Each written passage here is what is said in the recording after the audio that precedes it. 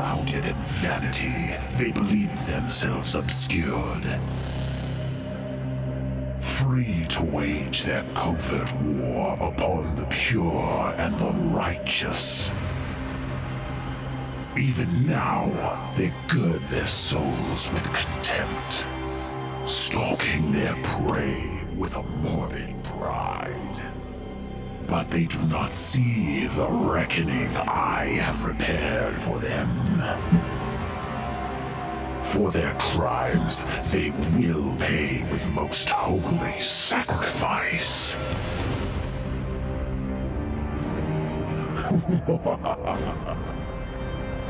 For the Grandfather's truths cannot be denied.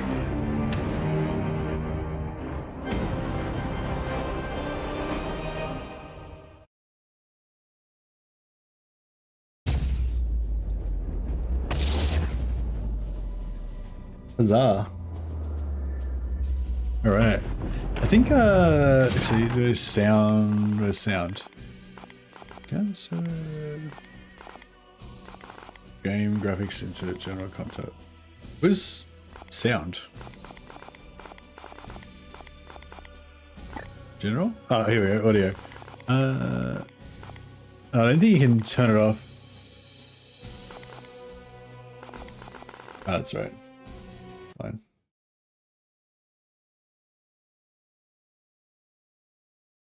Yeah, so the only thing about Chaos Gate is whenever I tab out, it turns off the sound. I don't know if there's any way I can fix that or change it or anything, but I'll try not to tab out so much so that you guys don't get interrupted all the time with with the sound. Well, you know, just after now, I just got to set up this stream, make sure everything's all in the right spot. That looks pretty good. All right, glorious. Okay. Oh, actually, no, I still need to set up some more stuff. So yeah, so if you want to buy Chaos Gate, then it is on special on Instant Gaming for like 84% off, which is like, yeah, it's like $8 or something like that. So yeah, I'm just gonna put a little ad here. Chaos Gate, 84% off on Instant Gaming, and I'll put my affiliate link.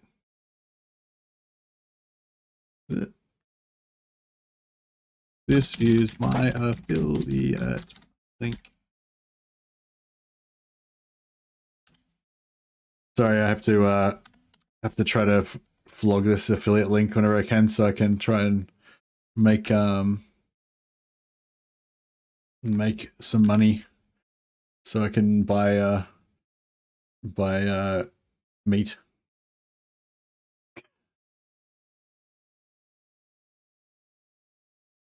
All right, there we go. I've flogged Instant Gaming. Hopefully they'll be happy with me. Happy with my efforts. All right, cool. Yeah, sorry about that, guys. Just a bit of business, bit of housekeeping, as it was. Oh shit, I've got to get this on again. All right, cool.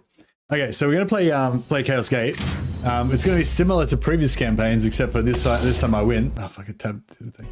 So we're gonna start a new campaign. We're gonna play on Legendary. We're gonna have all the things on. We're gonna have Grandmaster mode, which is Grandmaster is Iron Man mode, so you only have a single save slot. It's actually, honestly, it's not too hard at the start, but once the later DLC stuff comes in, it actually gets a lot harder. And I'm not actually familiar with a lot of the DLC stuff because I completed it before I completed it within the amount, so it was actually probably a lot easier back then. So I haven't actually completed it since the DLCs came out. I guess we'll start in this slot because it seems to be the lowest level one. All right, I think we're good. So one thing about this is that you have starting traits on your brothers that you get at the start of the game, and they're really kind of important. So I kind of get caught up with like restarting over and over again to get like the perfect traits. I'd like to say I'm not going to do that this time, but I don't know if I get really bad traits on the first one, I might, maybe I will. So I don't know. We'll see how we go. That's cool.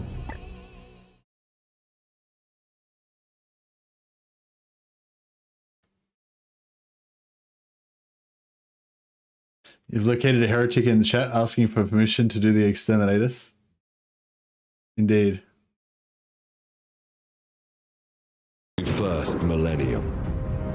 For more than 100 centuries, the Emperor has sat immobile on the golden throne of Earth. Mankind wages a never-ending battle for survival against the demonic power of the Chaos Gods. But by one force is humanity shielded from true darkness. The Grey Knights. This secret chapter of Space Marines are the Imperium's surest defense against that which the Emperor foresaw would be its greatest threat. Humanity's blade against the demon. For in the grim darkness of the far future, there is only war. This little intro video is the dialogue's a little bit cheesy, but oh, I don't know if I turned off the tutorial or not. Yeah.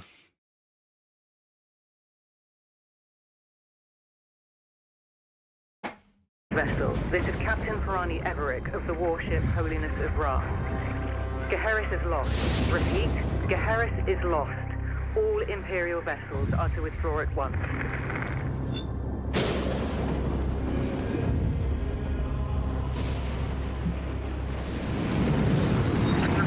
Astartes vessel, do you read me? Geheris is doomed. Please acknowledge this warning and... You have done all you can, Captain. Go, in the Emperor's light. You cannot sail into this storm. We do what we must. Farewell, Captain.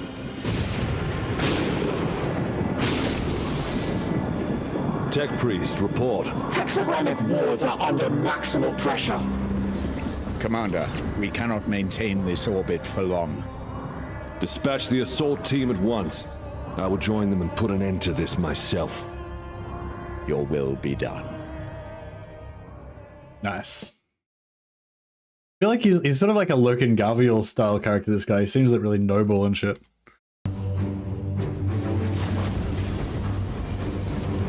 The assault team is engaged, Commander. They clear a path for your arrival. Here I stand. One unbreakable shield against the darkness. It's like, I've got this. Don't even need a team. Hector. Our quest is finally near its end.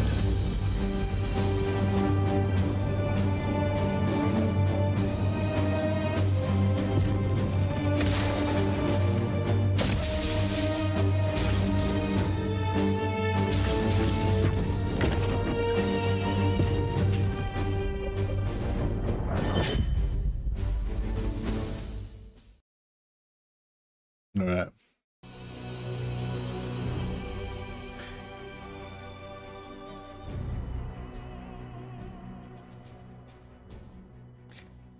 Wolf, yeah, Cascade, but really super duper hard. Exactly. We're just playing on the hardest difficulty, and we're playing on Iron Man. So as soon as you lose, like, you die because there's no other saves. Palamedes, report. We have cleared a path through this chaff. Our target lies ahead. Time is against us, brothers. We breached the Cathedral. We breached the Cathedral. So this is just the tutorial. So it just tells you how to I can't remember how to do it. Oh yeah, it just tells you how to move your characters and stuff. Deluded zealots. Your Imperium shall burn! I don't think your Imperial shall burn. Not on my watch. Advancing into cover.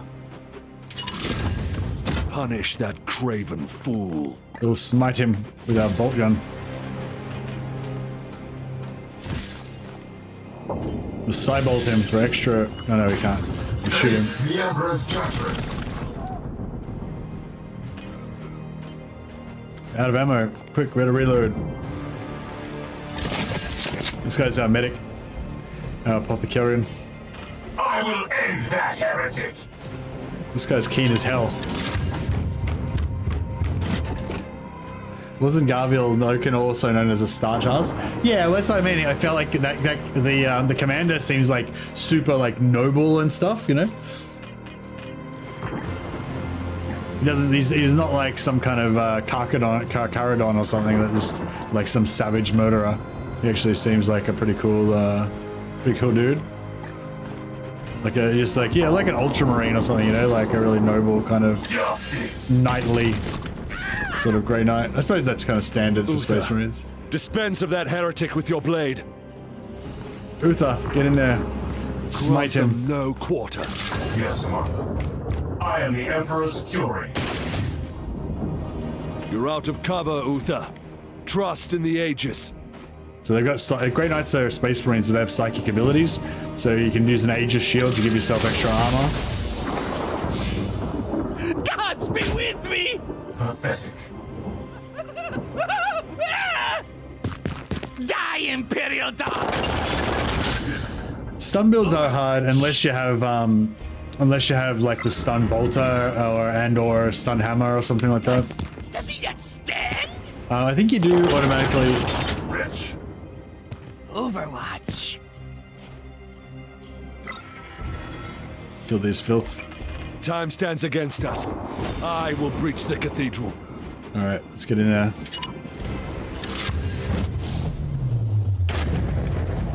That is pretty cool. Demons, I will not be delayed by these. How cool these corn demons look. They should totally put more corn content in the game. Oh yeah, so you can knock over terrain and stuff as well. Hey Jared, tried to use your link but it's not available in America. Sorry bro. Oh, no worries man, thanks so much for the super chat, you're awesome. I really appreciate you going to the effort of trying. You should be able to get it on Steam though, really cheap as well. I think it's like 70% off on Steam, if you're interested. I definitely recommend it.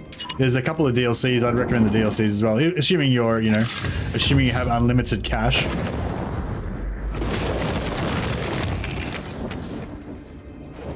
Iolanthus, your brother is pinned. Advance and deliver retribution. Okay. Retribution on its Deploy way. your frag grenade, brother. Frag out! We are hammer.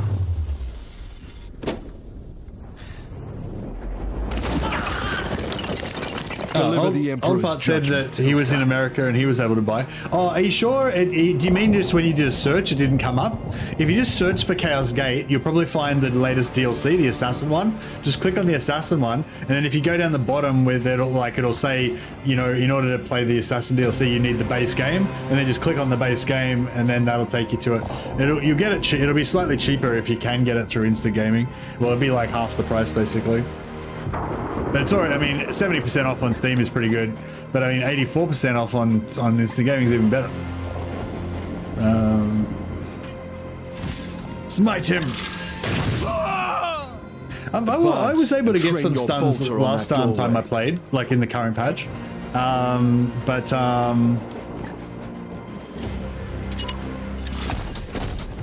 Unleash your blessed ammunition. Okay, so you can put Overwatch. Exposed. So we're gonna Overwatch this door here. Palamedes, prepare for the demon's charge. At once, Commander. Palamedes is a pretty cool. But yeah, I really appreciate you making the effort, Jared. Thanks, buddy. I hope you can. If you're interested in the game, I hope you're able to get it somewhere.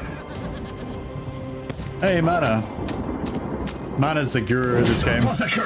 Mana's my Chaos Gate guru.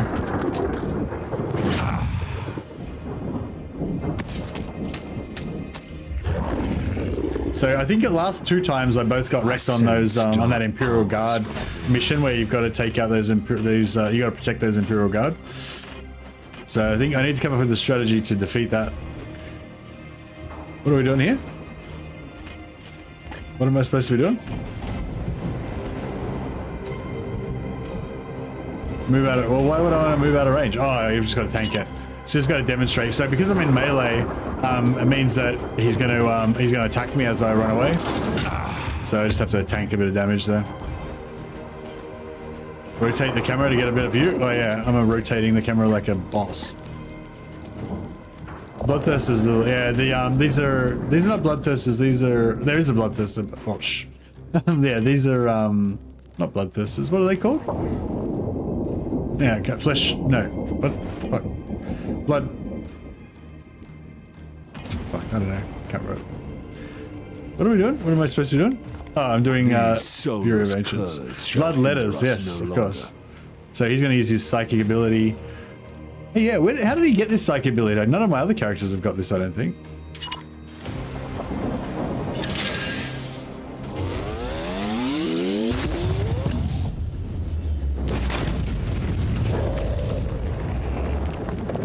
Blood letters. That demon, Blood letters there. Engage him now. What's he doing? Oh, he parried. This guy's got melee parry. Try that again. He didn't parry that one. We cannot lose another battle, brother Iolanthus. Both demons must be destroyed. Slay him. So if you get a crit, then it gets you this opportunity to like cut their arms off or whatever, or do different stuff. So in this time we're gonna get the stun. Ching! So this guy's now stunned. And then he's gonna execute. Now because this guy's stunned, when you hit him, if you hit someone when they're already got stunned down to 0, then you get the option to execute. And the execute gives all of your knights +1 action point. So that kind of inspires everyone. Everyone got their action points back, so we get another attack. We can use a Force Strike. If you've got willpower left, you can use Force Strike to power up your abilities. Excellent. I will move on ahead.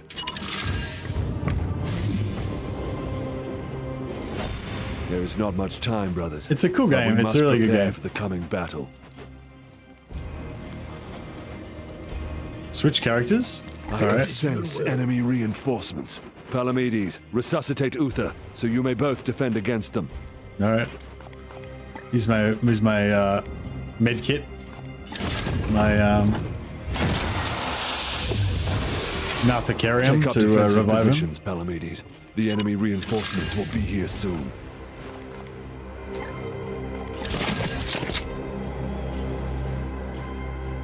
Your resolve is commendable, Uther. Join Palamedes in defense of the Cathedral.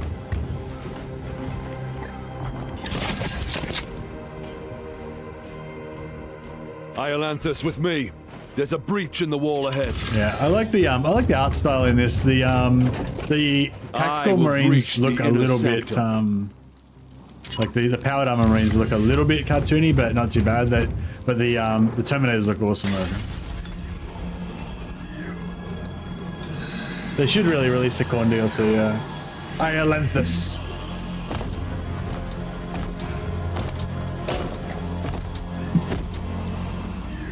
Check out his heraldry. Psychically annihilates those heretic scum. Very cool.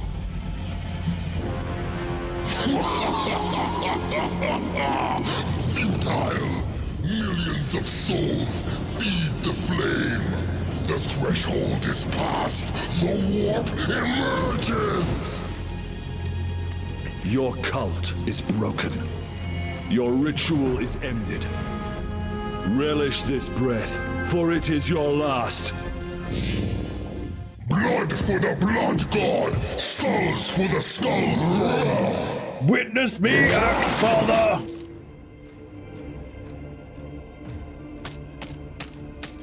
Oh no, there's more.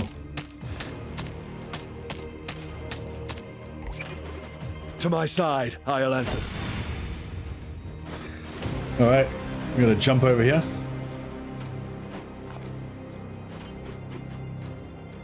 How do we... Oh, you gotta... So, yeah, the tutorial's weird. You gotta, like, click over here. Huzzah! Yeah, guys in powered armor can jump over gaps and stuff. I So will show Terminators you can't true jump, but they can jump. They can jump down, I think, but they can't jump up or across things.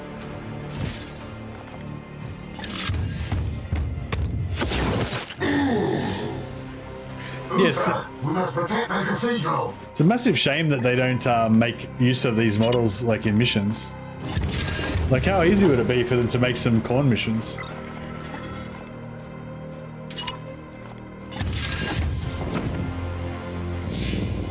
No, you always play as Grey Knights.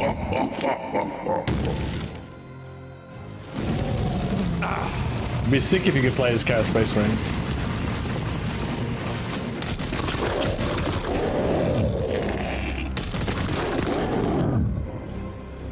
Brothers, I will not fail you. I don't think he's going to recover. I don't think he's got 3 turns. I don't think he's got 3 turns Our either. brothers have bought us precious time, Iolanthus. Flank that demon and fire at will.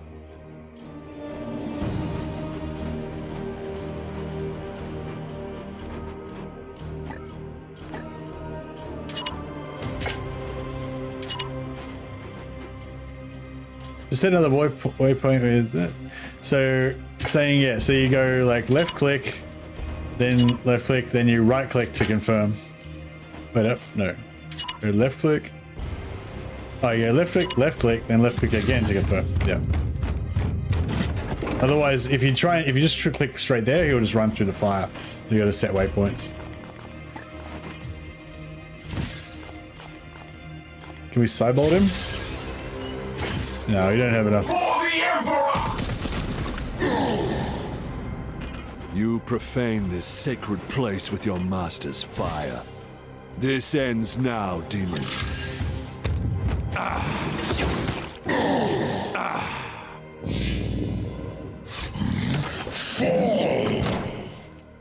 Oh, gross. Oh man, that sucked. Oh well, we tried. Oh, no, I'm still alive. I'm still alive. And let's rock. Not even. Oh yeah, this guy's dead. Suck it. For the Emperor. Pathetic mortal! Weakling spawn of a false god! I am the light that banishes darkness. Your prayers mean nothing!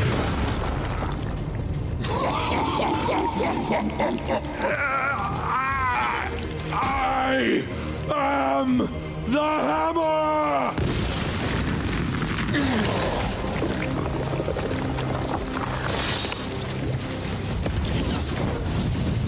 You have beaten me for now, little knight!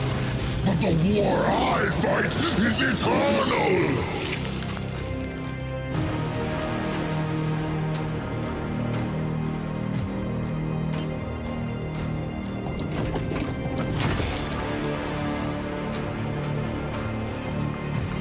He gave his life for the Emperor. Analysis. Warp signatures fading. Then the blood ritual has ended. Where is that report? Report! Where is the commander? Only Iolanthus survives. He died a champion's death. Blade on blade against the foulest blasphemy. It was a worthy death. I feel like what do you call it? The dialogue and stuff in this game is a little bit like stilted sometimes, a little bit cheesy or whatever. But it's good. Like it's good, but I think that we need to get a bit of proper inspiration. So I always like to where is it?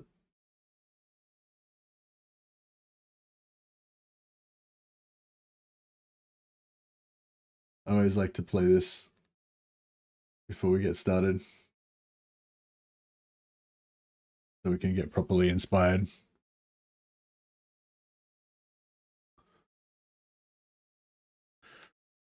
Oh, that's not the right one.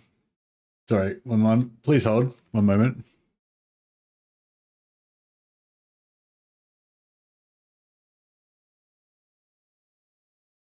Okay, here we go.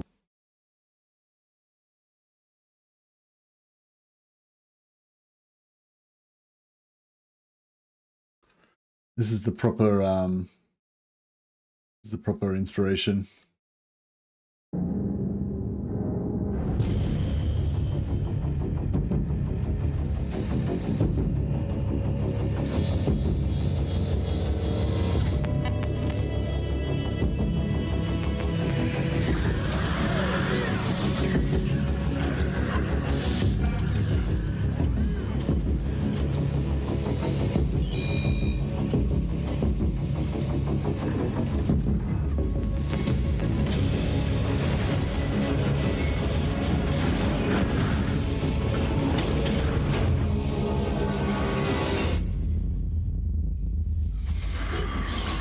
I am the hammer.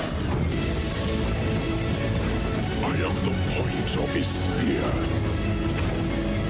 I am the mail at his fist.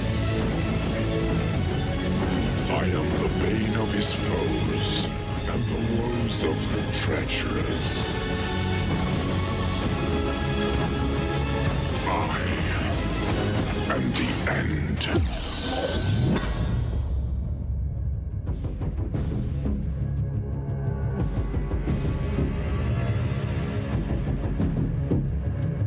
That's the proper inspiration. Whenever you play this game, you've got to watch that before you start playing. That's from Lord Inquisitor, a fan-made animation that never quite got finished, but it looked like it was going to be amazing. It's just yeah, really cool. That was like the best ever 40K animation before Astartes came out, basically. But yeah, that always gets me pumped for another campaign. So that's my rule. Always gotta play that before we start.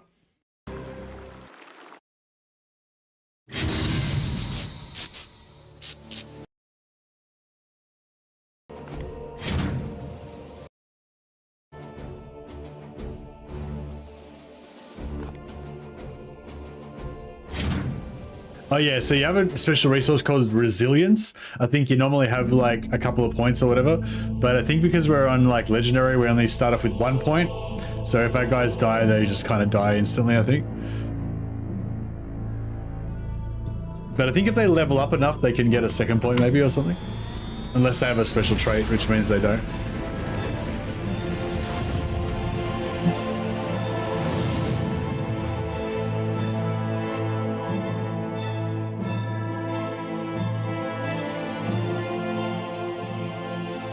Up to +2, yeah. You only start off with, if you start off with 1 though at level 1, right? So if you die once, you're done.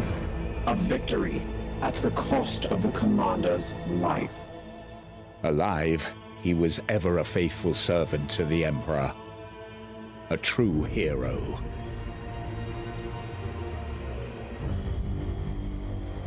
In death, at least his duty has finally ended. In death does duty end. This ship remains in crisis. The baleful edict is seriously damaged. There are grievous matters to attend. Ah, yes. That is why I have invited our guest. You have appointed him to take the commander's place? No one else suitable survived the campaign. Falsehood. You also live. My apologies, Acting Commander. The priests of Mars do not understand our knightly oaths. Our men and stores are severely diminished. Your task is to lead us for the voyage home. It is a simple duty, and once we return to Titan, I will put the future of your command to the chapter's Grandmasters. In the meantime, I will provide what advice I can. I will also support you with counsel and service. But remember, the baleful edict is my chief concern. Be careful with this ship. We sail for Titan on your word, Commander. Yeah, so we're basically just meant to look after the ship while we take it back home because our mission's over and we're all messed up and the commander's dead and all our best knights have dead and have died, and I'm like, I must be like the fifth in line for the command, but I'm the only one that's left. So, Commander, could you please join me in the Strategium? hey, Mana's become a member of the channel. Thanks to Wolfspaul. Welcome, welcome. It's an easy job. Yeah, I feel like it's not going to be as easy as they make out, but you know. I might just turn the volume down a tiny bit more. This feels like a little bit overly loud sometimes. All right. So we can go to the Strategium. Brothers has proved himself worthy. Let us. So this is Iolanthus that survived the first battle. Henceforth, he shall be known as Jared Iolanthus. Brother Ulrich is a talented Justicar. Please decide where he should focus his training to support you in the field. With every promotion, your knights gain 2 ability points, which you can use to expand their capabilities. So yeah, so this is what I mean. So you have this skill tree. Each different class of knight, there's a bunch of different classes. They all have their own different specialties and stuff like that. But this trait that you get in the middle, how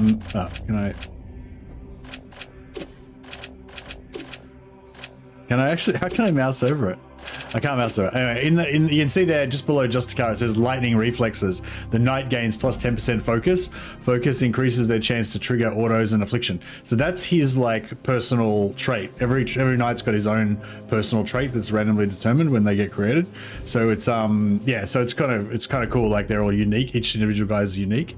So he's got plus 10% focus, which means that he's got extra chance to trigger autos and afflictions. So stuff like where's his yeah, so he's got ruthless precision, so he's got a 50% chance, and whenever he gets a crit he's got a 50% chance to get 1 action point back automatically. So because of his trait, he's actually gonna have 60% chance to get an extra action point every time he does a crit.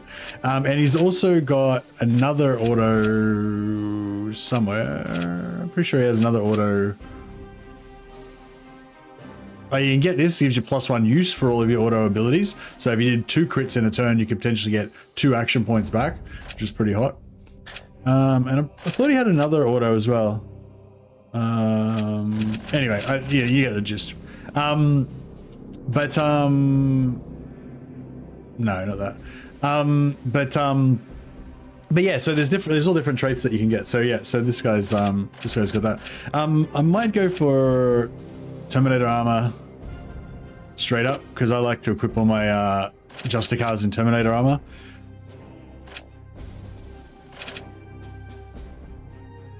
Wait, why is it saying? Oh, yeah. Oh, I've got to put 2 down.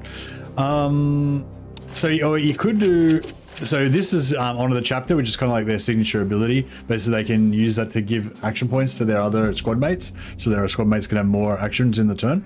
So yeah, I kind of want to get that as fast as possible, but I kind of want to give him the Terminator armor as well. So I might just get him. Might just go like that for starters. That's fine. Yeah, onto the chapter's okay when you first get it, but it's better once you've got more points in it. It upgrades it. Confirming this promotion. Right. And yeah, excellent. When you are finished, please join me at the star map. We'll come back to that. Our ship is in dire need of repair. We had best set a course for Titan and debrief the Grandmasters. Huzzah. All right. So issue the travel order to begin our return to Titan. All right, let's do it.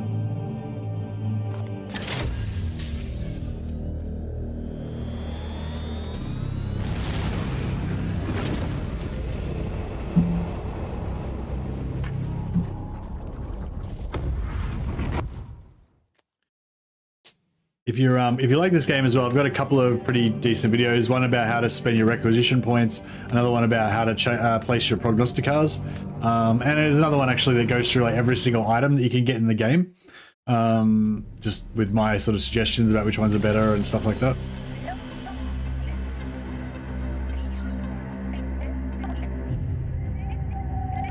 every item you can get for the knights. Sorry, there's actually more items that you can get for the. Edict. In the name of the God Emperor. Dominus, who is this interloper? Code scrapings indicate an Inquisitorial transmission. Baleful Edict. Prepare for my arrival. Duty calls, Commander. We should open a Vox link. Inquisitorial vessel. Permission granted to come aboard. Inquisitors are able to requisition any Imperial forces that they come across, basically. So yeah, we've got to put up with this Inquisitor coming on board. Although we are Grey Knights, which is like one of the most vaunted, you know, organizations in the Imperium. So we're not like just a bunch of, we're not just a bunch of some random regiment of Imperial Guard that they can order around.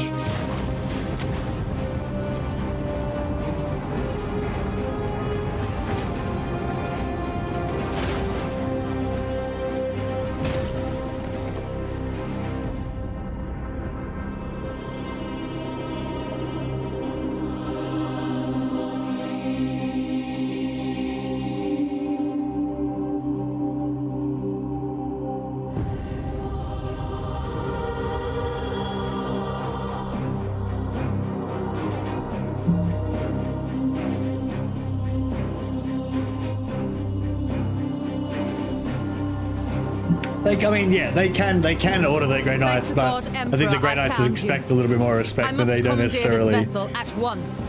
They don't necessarily fear retribution the way that other servants of the Imperium would. The Tech Priest speaks the truth, Inquisitor. Our last crusade bled us dry. I'm not blind, Knight. But heresy does not operate at our convenience. My destination is Koramar Prime, within this very system. Not such a taxing journey, I'd expect. And what is it that you hope to find there? This. Beneath rotting skies, the air thickens with a world's final breath. Seeds planted in flesh and bone, watered with blood and tears. A warrior alone in the garden of a grinning god. These are scraps of astropathic whimsy. There's more. It grows. It spreads. A great dispersal upon the etheric wind. The bloom proliferating. First, then Koramar, then world after world. Its roots spread from an ancient veil. Inquisitor, hear me! Hear me! Hear me! Who tends the garden? The Astropath sacrificed himself to send that message. Now you understand why we must investigate. Commander, we cannot risk further damage to this vessel. It is the chapter ship, Dominus. The Inquisitor has every right to request our support.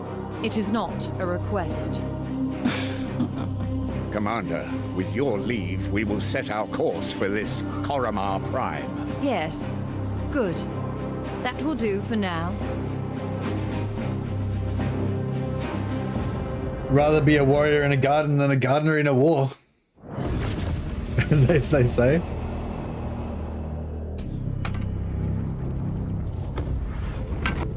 Corruption site detected. All right. Yeah, so we've got a mission. Kill all enemies. So we can click up here. If we do not investigate this threat, the consequences will be dire. Gives a little bit of information about the region. If we set it later on, we can set up prognosticators that get more information. At the moment, we only have like limited knowledge.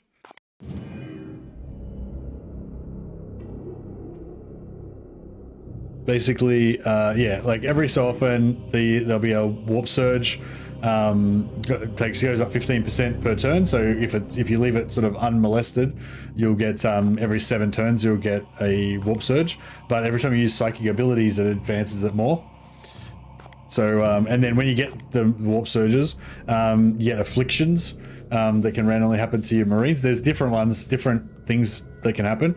But in this one, we're going to get afflictions. So we're going to get like curses and stuff. and it doesn't tell us what enemies. But if we get later on, we can find out what the enemies are with prognosticators. Commander, it is our duty to support this Inquisitor, but we should complete this task as swiftly as we can. The Grandmasters on Titan are waiting for our report. All right.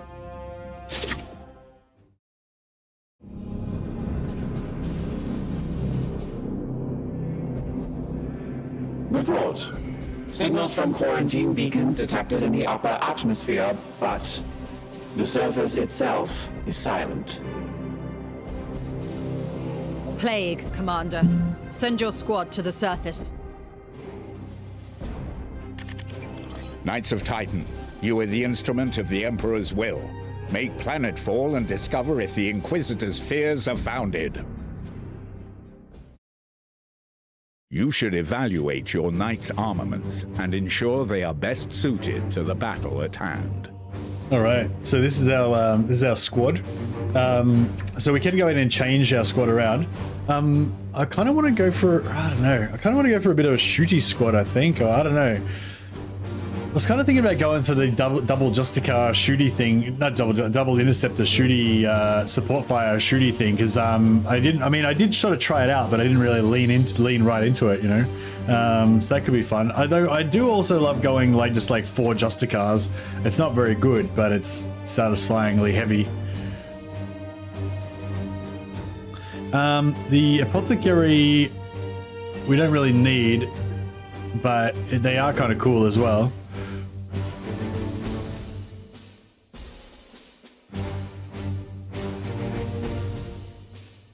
The Purgator thing, I don't know if I really need that.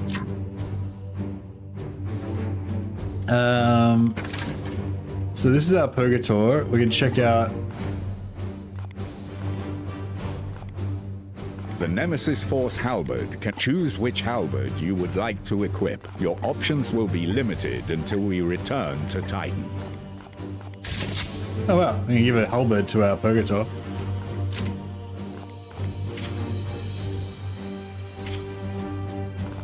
Yeah, so we can check out the character, no, not the character, sorry. We can check out the abilities of each guy. So this guy's got +1 crit damage for his melee attacks. It's probably not really what I want. If I was going to take a Purgator at all, I'd probably go for a ranged Purgator. Ranged Purgator is mainly kind of, most people use him as a ranged specialist.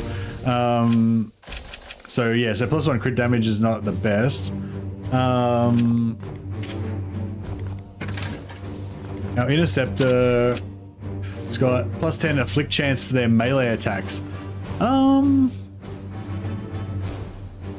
Yeah, I don't know if that's not really the best either, I don't think. Hey, Aiko, how you going, buddy? Welcome. One build I've never tried and plan to is a Flamer build. Yeah, I did use a Flamer a little bit, but I didn't really go hard onto it. But yeah, I feel like the Flamer is good for those spawn missions. Oh, actually, maybe Overwatch is better for those ones where they spawn out of they constantly spawn more enemies. Yeah, so he didn't really get a very good trait either. Oh yeah, this one, I like this one. Devoted Practitioner. So you get +1 ability points at ranks 3, 6, and 9, but you level up 25% slower.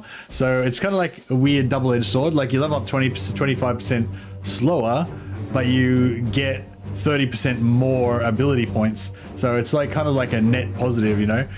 So I actually really like that one. Although you don't get the advantage out of it until you get to level 3. That's when you get your first extra ability point. So yeah. Yeah, that was Iolanthus. So we can swap. So those are our active. Those are that one, and that one, and that one. They're active guys. So we can check out. So we've got another Purgator. Oops. He's got +5 range for equipped grenades. Okay, so one setup you can do with Purgators is grenade setup, like a grenadier. +5 range for grenades is actually probably not too bad. Apparently you can get purifiers through insane burst damage with the flamer. Yeah, and you can get some really good flamers as well.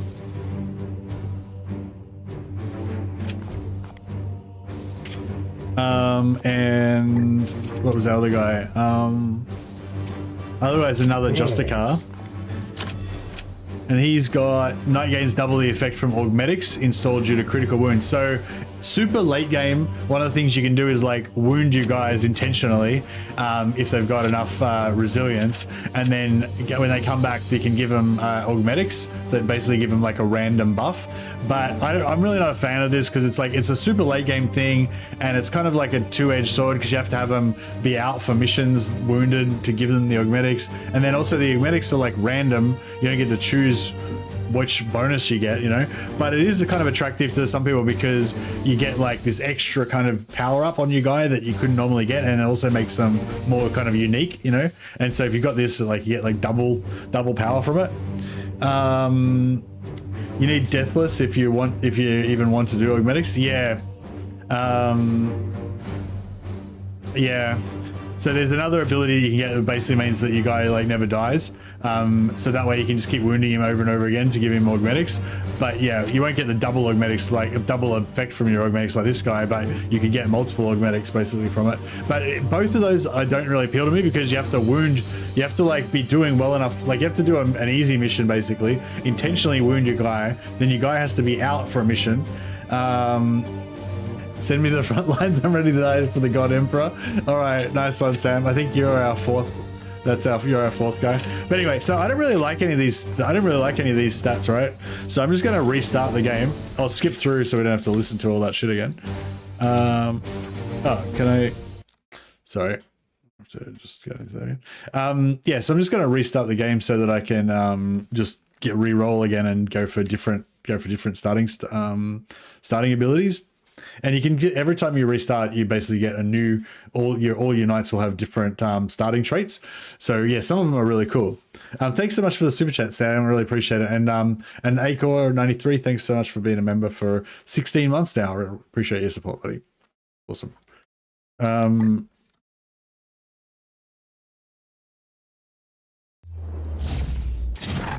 So yeah, we go legendary. We go Grandmaster on, tutorial off. If you're trying to quickly go through it to get better traits, you want to do tutorial off. So yeah, Grandmaster legendary, tutorial off, everything else on.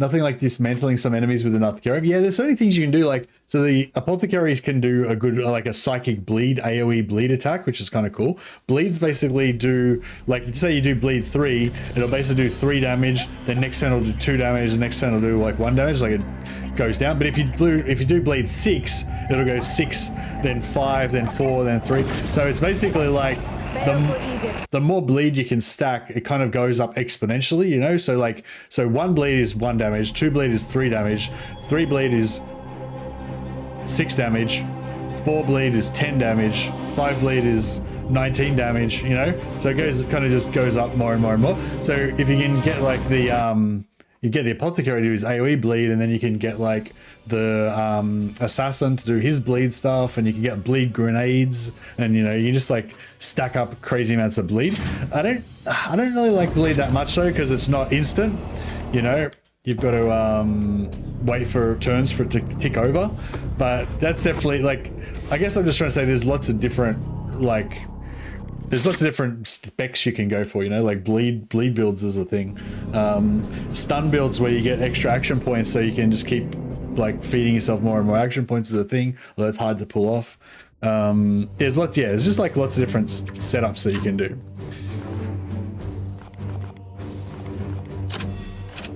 Okay, Knight gains +1 crit damage for all of their melee attacks.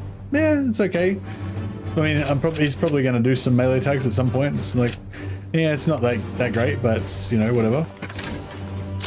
Purgator got +2 armor when using Aegis Shield. See, I want to get that on my Justicar, because my Justicar is basically a tank amongst his other abilities. If I get +2 armor on Aegis on the Justicar, I would be like, yep, I'm going with this one. This is awesome. But that one's, I mean, that's still okay. That's still cool. It kind of makes your Purgator tanky. I do really like that ability. Bleed slow apothecary for the defend missions. Oh, for the one where you have the 3 groups of Imperial Guard and you've got to like protect the servitor, do you mean? CH, is that for that? You like him for that one? +10 resistance. Resistance increases their chance to resist afflictions. I don't really like a resistance. But yeah, it means you got less chance of getting poisons and stuff like that. +1 ammo for their equipped grenades. Yeah, I mean, if it was +1 ammo for servo skulls, that would be cool, but on Apothecary, it's not that great. Other Justica.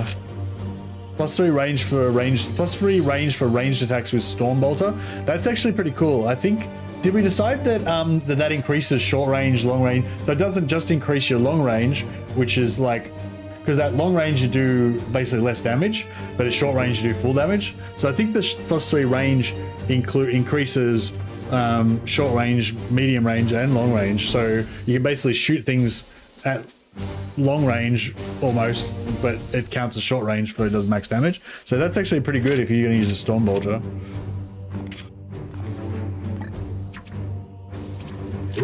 And our other Purgator, max Knight starts with +2 HP at max rank 1. I don't really like that one. It's not like he's gonna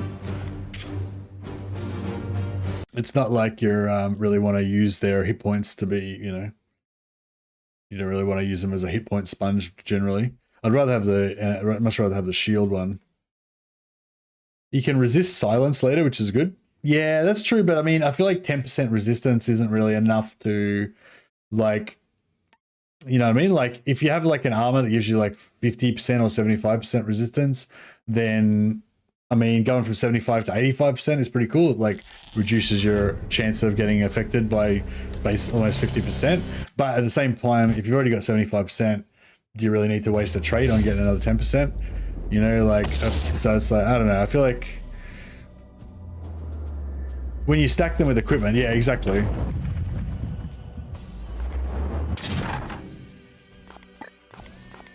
Grandmaster on, tutorial off. 50 to 60% resistance is OP. Oh, really? How? Why? Can you explain why?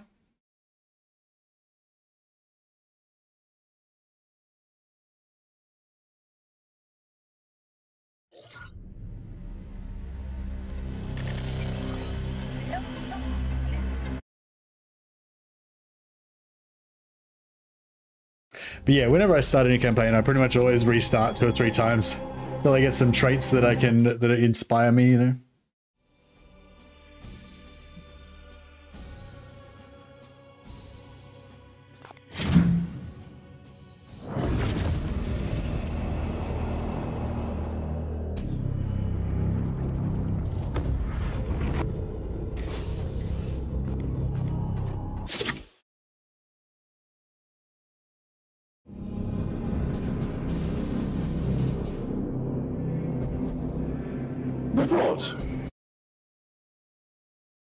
Resist, pin, silence, any ability, no throws. Yeah, but no, I'm saying, but why is 50 to 60% of resistance? Why is 50 to 60% resistance OP?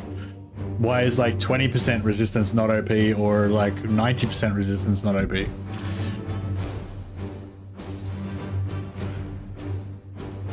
When you start with 3 good traits and all new recruits are garbage. Yeah, that's it. That's it. We'll spend like an hour re-rolling to get good traits, and you won't be able to get any decent traits after that. Okay, so we got affliction. We got the same one that we started off with the first time. Focus. Knight gains +2 max HP, +1 willpower, +1 damage for melee attacks, but cannot gain resilience. That's pretty cool. I like this one, Great Destiny. So basically makes this guy like kind of like a superhero, but he dies if he dies even once, then he dies instantly.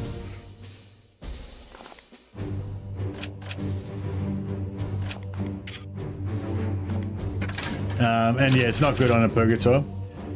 Knight has +10% crit for all melee and ranged attacks against mechanical enemies. That's okay. I don't know if I would want it mainly against mechanical enemies or more against like demonic or human enemies, but yeah, I mean, melee crit on Interceptor's pretty cool.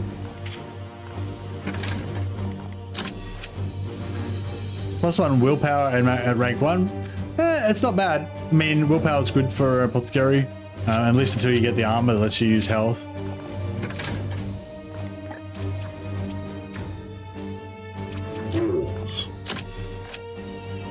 Not getting plus 10 focus. Oh, we got focus on both of the got plus 10 focus on both of the Justicars. Plus 2 hit points to rank 1. Yeah, I don't know. Nothing special. Nothing special. It was okay, but nothing special. Could you start on a lower level that allows saves, roll up a squad, and then set a higher level of difficulty? No. But you can play on the same difficulty I'm on now, roll up a squad, and then back up your save, like go into the game files, copy the legendary save into somewhere else, and then keep it, you know, back up, keep it backed up. Hey, Danny Strange. You wanted that on anyone else? Yeah, that's it. I wanted it on anyone else except that guy. Okay, tutorial off, Grandmaster on, legendary on. Yep. It's like the one time I get the good traits, it'll be when I've like forgotten to select the right game options and I'm playing on, then I have to delete it. Flamers are only worth it on purifiers, in my opinion. Okay, thanks for that, Paven. Well, maybe we'll, yeah, I won't worry about getting a Purgator at this point, but we'll think about maybe getting a purifier later on. The special character purifier, he can't really be a flamer, can he? Can he be a flamer, or is he like kind of locked into being a melee? I think he's locked into being a melee guy, isn't he? In the name of the god. I can't remember. I think like the named character guy, I think it was like kind of cool, but I didn't like how he was like locked into being a particular guy.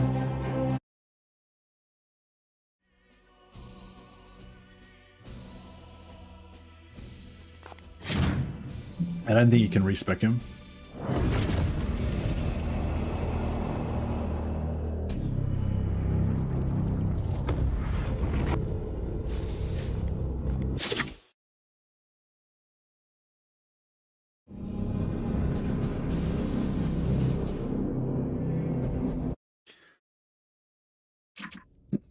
All right, what do we got?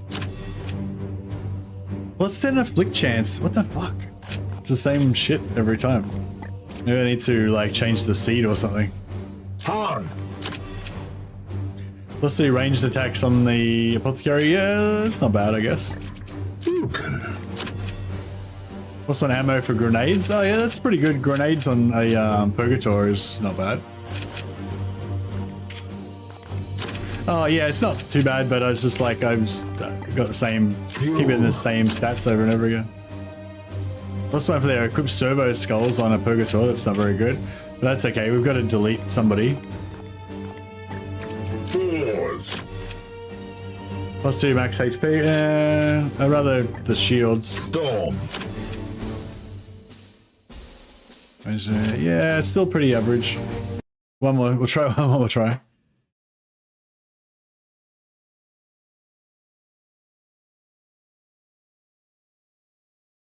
I feel like I really want to get the shields on one of the 2 Justicars, or yeah, I want either shields on one of the 2 Justicars, or maybe like, is it Great Destiny? No, what's the one that gives you the plus 1 skills? I like that one. Safe scumming the start is 20% of the pleasure of this game. I'm not sure about that, but yeah, definitely. I find it very compelling to safe scum the start for sure.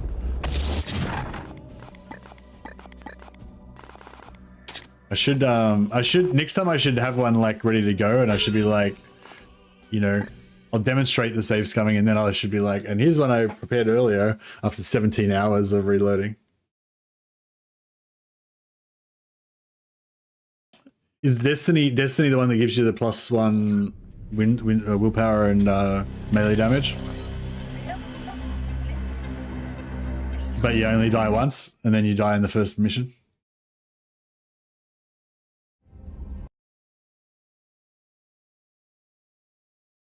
Nice.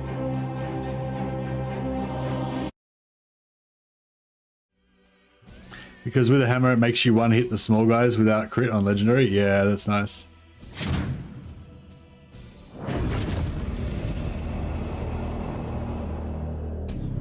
Wish they would allow you one of the rare classes at the start. Yeah, I mean, well, if you want to get the rare classes earlier, you can always like progress the game faster. Or no, actually, you can get hammers that you can charge up that give you +2 damage, I think.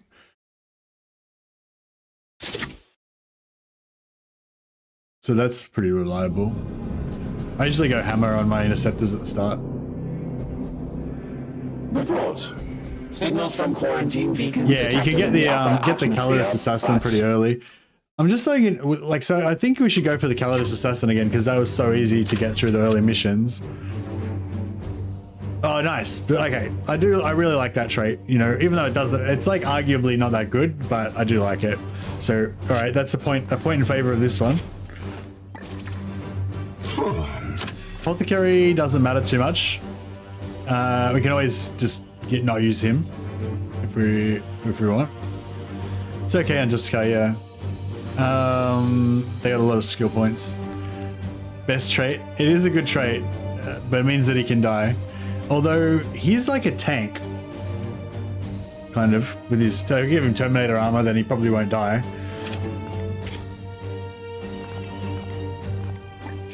All right, so far so good. Purgator. Knight gets +2 hit points when the target by heal. Okay, he's the one that's going back to Titan. Fuel. 10% resistance. I'm not the big fan of resistance, but if you guys think it's good, then whatever.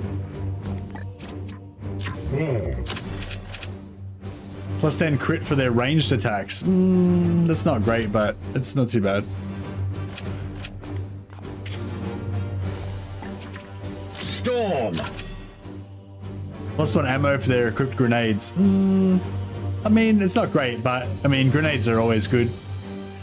I mean, it's great. I mean, +1 ammo is great on anybody, but it would be even better if you were using it on a Purgator. But I'm probably not even going to use a Purgator this time, I reckon. So, yeah, that's pretty cool in that case. All right, I think we've got one. Not necessarily the best ever, but I think we've got something to work with here, I think. So let's get going. Yeah, so I'm gonna give him Terminator. I just love the Terminator armor, even if it's, you know, I don't care whether it's right. I want it.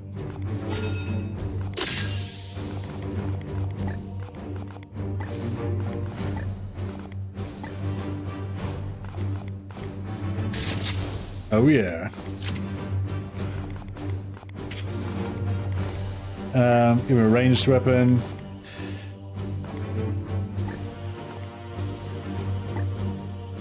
Crit damage, yeah, no, these are some starting weapons that you can get. I don't know, do you get these? Does everyone get these, or did I only get these because I got the collector's edition or something?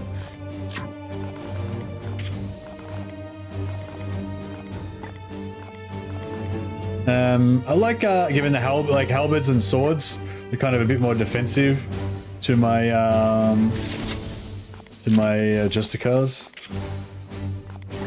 War gear, yeah, we're gonna go grenade.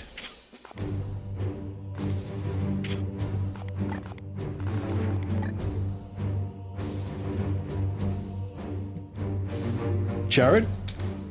No, I feel we'll call him Jared. Gerard. That's his like 40k version of Jared. Brother Gerard. There we go. That's you, Jared.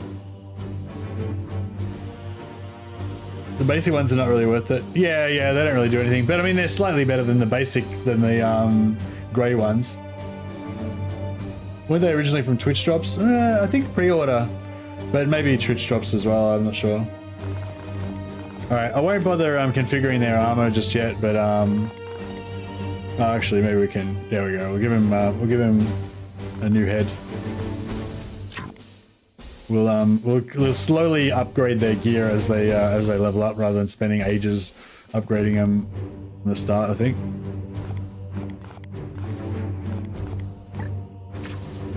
I'm probably gonna take. Okay, so we got Iolenthus. Who is next after Jared? Wolfsfall?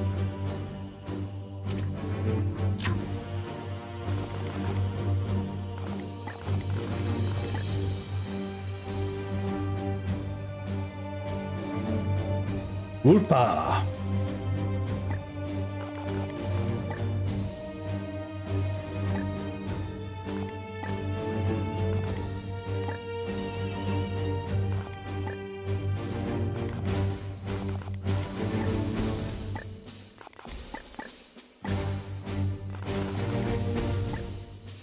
Yeah, just have like an eye, one eyebrow. That's all we can see of him. All right, nice.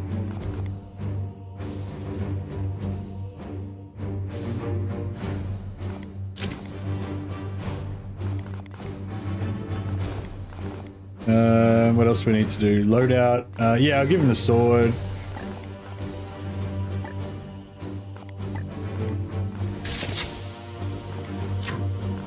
And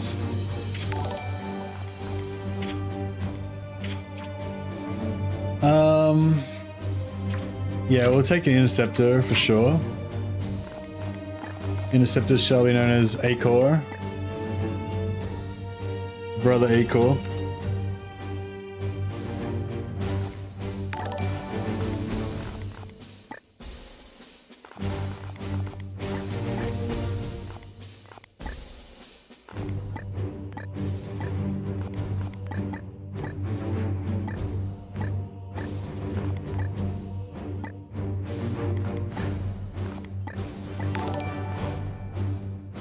Nice. So what's the like playlist you can go? Oh, that was pretty good.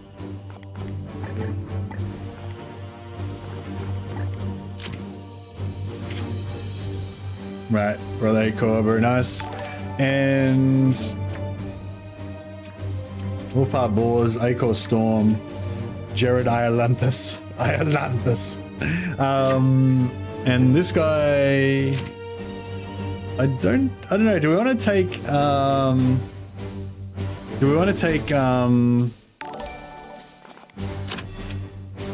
Yeah, no, we don't want to take him.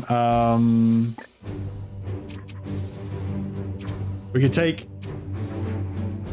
an apothecary.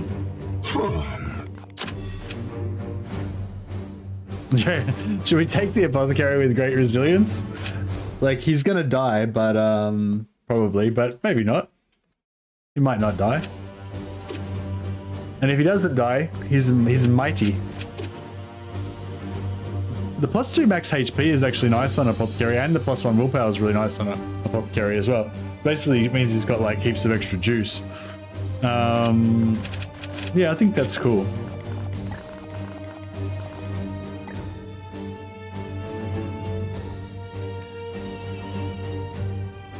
Brother Samael.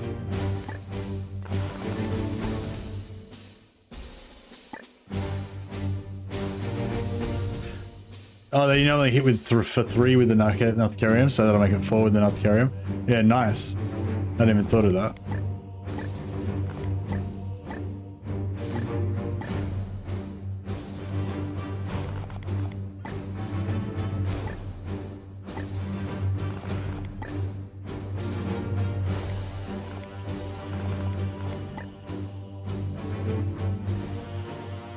If he never dies, then he's a Giga Chad. Yeah, as long as he never dies, he's fine.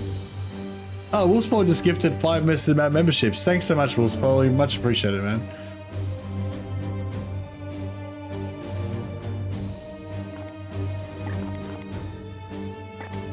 Alright, we'll make Samael's like the aged. Samael's like the older of the team. He's the apothecary. He looks after everybody. He's been around forever. But his right arm is still strong.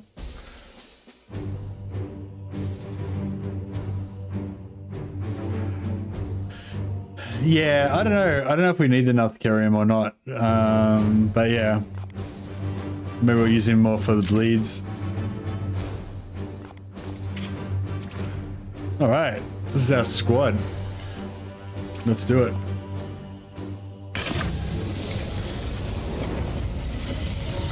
They look pretty awesome, I gotta say.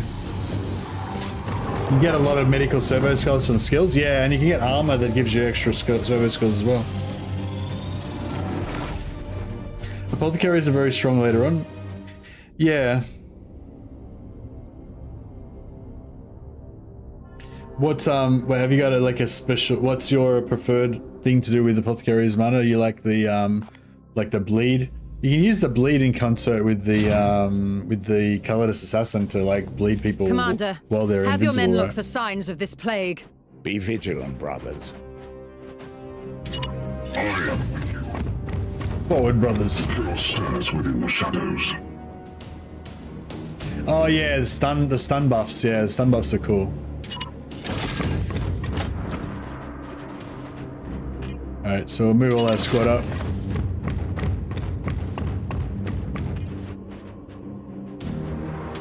Moving now. Iron Arm gives the stun, yeah. Yeah, I think I was getting some stun happening. I like the mass teleport guys. Yeah, the librarian is pretty cool. Okay, so one thing you want to do is like when you're in this situation, like we know that they're there, and when we do our next movement, we're going to activate this pod, and then we're going to get to you know, fight them. But one thing you can do is you can put your shields up. You can use action points now to put your shields up, basically meaning that everyone's here to serve. Gonna have extra damage resistance, and then we can trigger the pod, which will then give us all of our action points back. So we basically get an extra, you get an extra action essentially by shielding up before you start. I have chosen shield. And then the other art is if you want to like get melee and you want to get in close to do maximum damage and stuff like that, you want to kind of creep up as close as you can before you activate the pod. So we were talking about this a bit last time. I think it's like 14. It's like 14 squares or 15 squares. You reckon it's 15 mana or 14? Anyway, it's like 14 or 15 squares from the actual enemy, and we can't see the enemies right now, right? But if we had a stealth character, we'd be able to stealth up here and actually see where they're actually standing. So this marker is not like kind of indicates roughly where they are, but there might be like one there, and one there. And basically, if you're within 15 squares of the guy that's standing there, then that's going to activate the pod. But if they're like one there, and one there, then it's 15 squares from here. But we don't know where they are, right? Because we can't see them, right? So you basically count it from the edge, the closest edge of the circle. But sometimes if there's a big squad or if they're spread out or whatever, they could actually be there. So you can't really know for sure how far away from the pod you have to be to activate it, you know? But generally, if you count 15 squares from the edge, that's usually pretty good. So you go 1, 2, 3, 4, 5, 6, 7, 8, 9, 10, 11, 12, 13. So obviously this, anywhere beyond this is probably, you know, potentially going to be going to activate them, right? So we can creep forward though.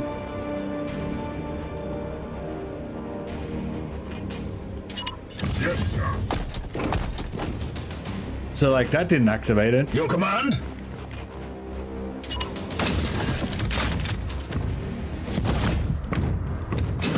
There we go. Knights! I see you. So if I was a little bit more cautious, I could have crept my back guys up a little bit further. But, you know, that's good enough. Enemy sighted. Amen, output. Okay, so they've got Overwatch here, right? So anyone who moves into this area is going to automatically get shot by them. We do have some shields up, so that's pretty cool. We've also got this guy has got teleport, so we can actually kind of like teleport to over here if we want, completely avoiding their Overwatch, right? So that's pretty cool.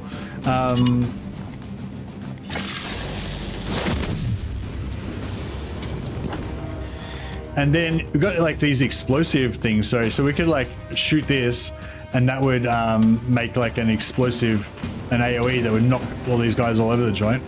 Or we could throw a grenade that would potentially AoE and hit both of these guys and destroy the boxes, which would also explode and then, you know, get like double explosion on these guys essentially.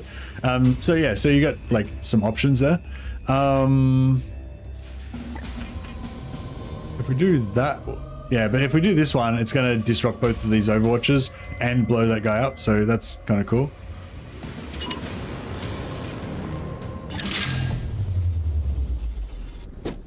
Sometimes, if you blow up stuff... Gods, grant me strength. Okay, we've got 6 experience points, so those guys are worth like 3 each. So we killed 2 of them at once.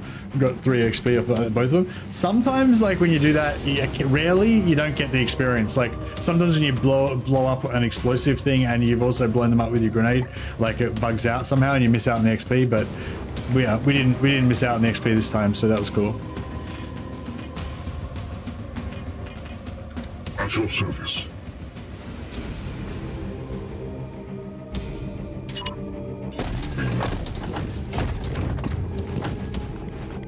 So we can shoot. Yeah, you can see here there. If I shoot him, it'll do like 1 damage. That little red bit there is indicating how much damage it'll do. So it's not really that great.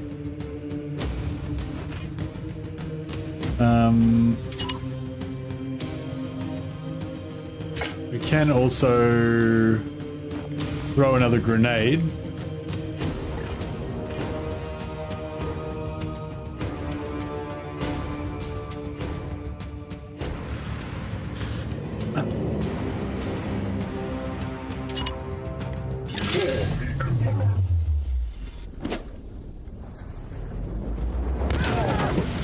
The cultist voices are hilariously cheesy. Yeah, they're pretty cheesy.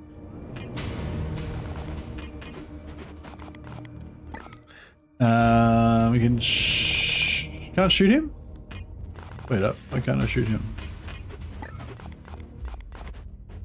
It's alright. We could shoot him for 2 damage, or we could run up to this guy and melee him in the face. That works. So I use my psychic ability to do extra damage. Hey Phil, how you going, buddy? Get up! You don't remember the rule for inviting? So you reckon it's reliable? I thought it was unreliable. Like I thought the same situation could occasionally would usually give you XP, but the exact same situation would just occasionally not give you XP. I didn't think it was like reliable. It used to be more, like there used to be more situations where you would miss out on the XP when it first came out, but they kind of fixed it. So yeah, it rarely happens now, but I guess it still can. Storm! We got 2 grenades on this guy. So we're gonna do a double grenade, and the grenades knock you away from the point of impact. So I'm gonna use this grenade to knock him back towards us, so I'll be in closer range from my other knights to hit him.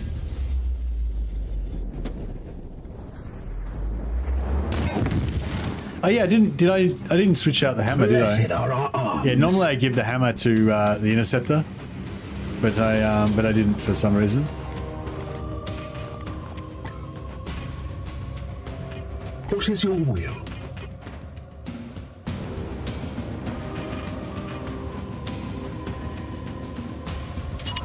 On my way.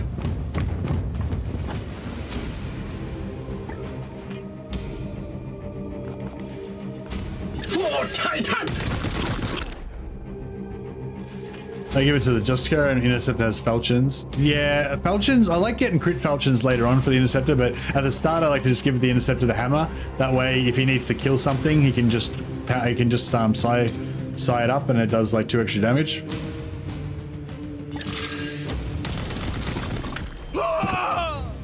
This battle is ended. Yeah, so that's basically what you want to do is like same as in XCOM 2, you know, you just want to kill everything before they get a chance to fire back at you, so you don't get don't have any chance of taking any damage. And then once you kill everything, it resets your action points again. So we've got all of our action points back again, and then you can shield up again if you want, if you're worried that you're gonna maybe get another pod, and then you can keep going again. So ideally you want to like kind of shield up before every combat. And then we're not going to run into anyone this turn anyway. But yeah, you want to like shield up before every combat, so you're kind of like pre-shielded. And then if you can try to always kill every pod in 1 turn, that's like the ideal. Taking position. Wasted grenade? Yeah, it was kind of a wasted grenade, but I was just demonstrating the, how you can knock things around with the grenade to reposition enemies and stuff. This level is just like your introductory tutorial level, basically, so we're not going to need our grenades. So yeah, so what we can do is, oh yeah, so we can do our shield again. We don't really need to worry about it, but we'll try not to get, have we got vision on the pod yet? No. So there's somewhere out here, there's another enemy, right? But we don't really know where he is exactly. Ready.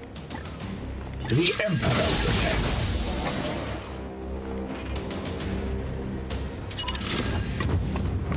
I am here to serve. Your orders? Yeah. At your service. Come on. Praise the Emperor. We strive. I am the chosen shield. Praise the Emperor. Your orders. Standing ready. Yeah, like you were saying, how the starting abilities aren't really like that worth it or whatever, but the starting items aren't really a big deal. But yeah, even just the 5% crit, I feel like is kind of cool, you know. The foe is close. Okay, so we've seen the pod, and it tells you which direction it's going to go. So the pod's going to go that way next turn. So that's kind of cool, because if you know it's going to go that way, you know, or if just say the arrow is pointing towards us, then we would know that we're sort of just outside of the range. We can count our 15 squares, and it would come towards us, and then we could set ourselves in Overwatch if we wanted to. But yeah, we won't bother.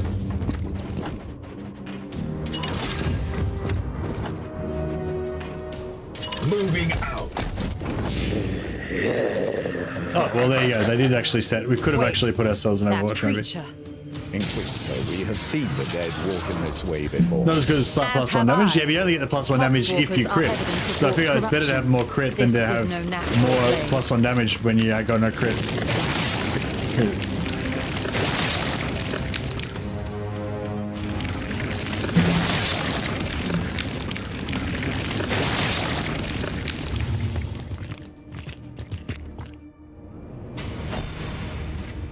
I see how many dudes came up.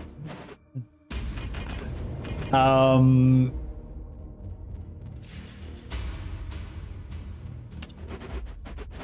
did I forget to put their shields on? Or no? The base hammer gives you +1 damage towards compared to the falchions. Oh, really?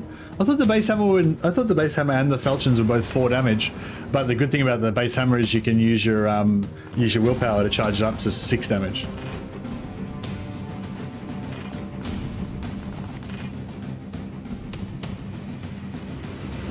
Oh yeah, the force strike, yeah. Yeah, you don't get any XP for those guys, so that kind of sucks. Your orders.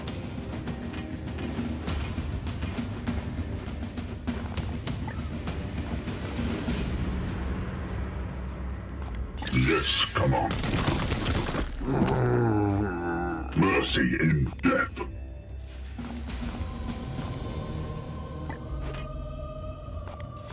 Opening the front.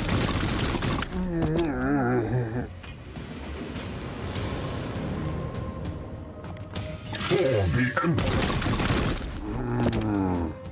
Oh, I meant to melee them.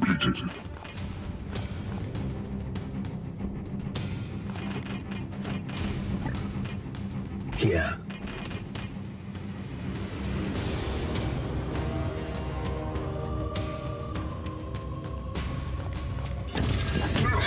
Oh. Hey. You have been judged. Accidentally got him hit then for no reason. Alas.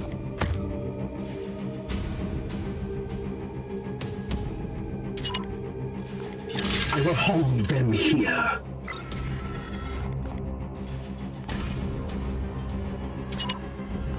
I will fire when ready. Set our overwatches. Ready to fire.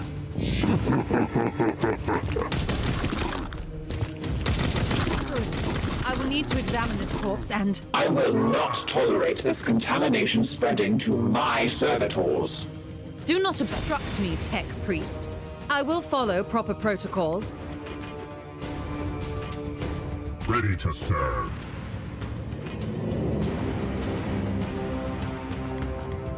Feel the fight.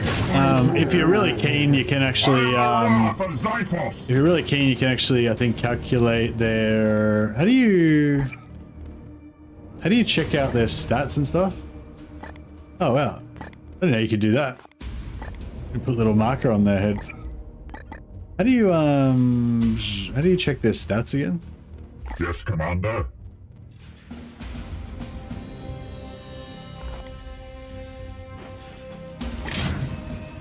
Thanks, middle click, yeah. Yeah, so you can actually see how much experience points they've got. So if there's a guy that's like about to, you know, he's on like 49 XP or whatever, then you can feed the XP to the guy that's, you know, about to level up. But yeah, none of them are about to level up, so it's fine.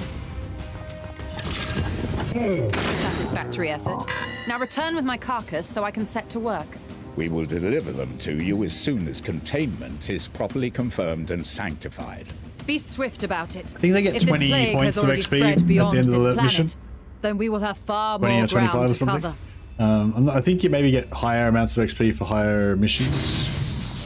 Or, I can't remember, I made a video about it ages ago, like when it first came out, but I forget how it works now. I think the XP might have changed slightly, but it's still pretty much the same idea.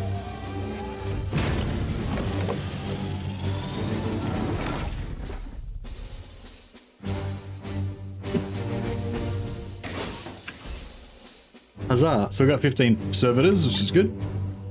None of our guys leveled up, unfortunately.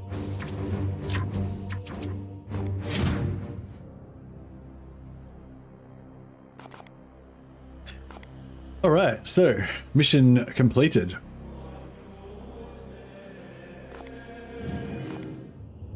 Music immediately makes you want to install the game. Yeah, nice. Is there anything else we can do? Oh, actually, yeah, we want to sell our dudes back to the. We want to delete our dudes, don't we? So this is our like 18. These 4. We're not going to get rid of any of those. Our 2 purgators. We want to send. We want to send at least one of them back to Titan to get 1 requisition. We could send both back, but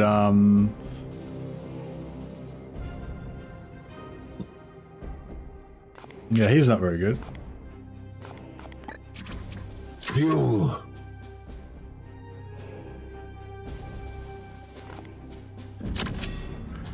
Plus 10% resistance. Oh, you guys reckon that's better, so yeah, we'll go for that one. Rugen. Yeah, I don't think I would take the +2 health heal. Oh, the +2 HP whenever you're healed would be sick on an apothecary if you get that armor that gives you, that lets you use health for mana. Okay, so we're gonna send this guy back to Titan. He didn't make the cut. So yeah, I think if you send at least 1 knight back to Titan and you choose the correct option, that gives you enough requisition points to take take everything except for knight levels in the first one, which is what I usually do. Come, let us talk over what troubles you, brother. She already makes demands on a ship badly in need by all means. It seems the Emperor has other plans for me. Alright, that's all for now, Hector. I hope that aids you, brother. Oh, what do we have to talk to him about? Let us talk over what troubles you, brother. She already makes demands. Even we. It was a strategic. Certainly. It seems by all means. It seems the matter, but I hope I can be. He had a fitting end to his noble life. Why, indeed, it is not my place to say. I hope that aids you, brother. All right, nice. So yeah, we had a little chat. You can. I won't. Yeah, obviously, I'm gonna skip over it right now. But yeah, you can listen to all that stuff if you want to find out more about the background of Ektar and so forth. I'm just gonna go to 12 again. God damn it.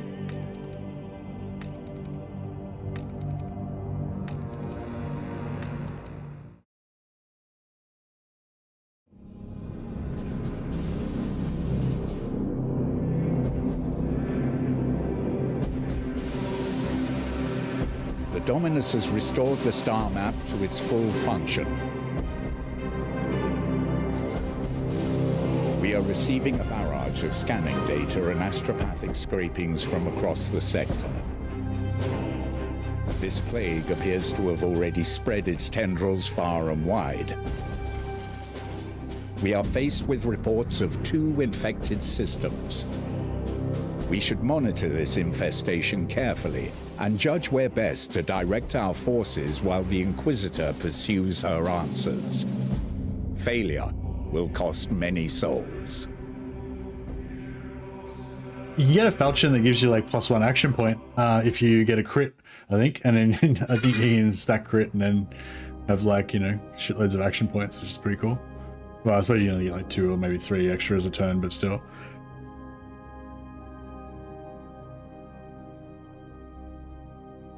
I'm torn because Nurgle is my Chaos Boy, but then I love Grey Knights. Yeah, Grey Knights actually are not one of my favorite Space Marine chapters. I feel like, don't get me wrong, I love Space Marines, but yeah, I kind of like the more down and dirty Space Marine chapters, like the Crimson Fists and the Imperial Fists, I guess, you know. I feel like the Grey Knights are too kind of, you know, they're too awesome almost, like they're too Mary Sue, but I do love the idea of them just being these like, just the kind of sacrifice, the you know, fighting and dying alone in the darkness surrounded by demons, and no one in the Empire will ever know, no one in the Imperium will ever know their sacrifice. That's kind of the way of the Grey Knights. Yeah, it's pretty cool. Yeah, so we got our ship. We got there's a bit of a strat towards just what you're going to choose in this first part as well. Hey, wait up, how have I got 13 servitors? I just did a mission that gave me 15 servitors. Rotted. Is that because legendary steals part of your servitors or something?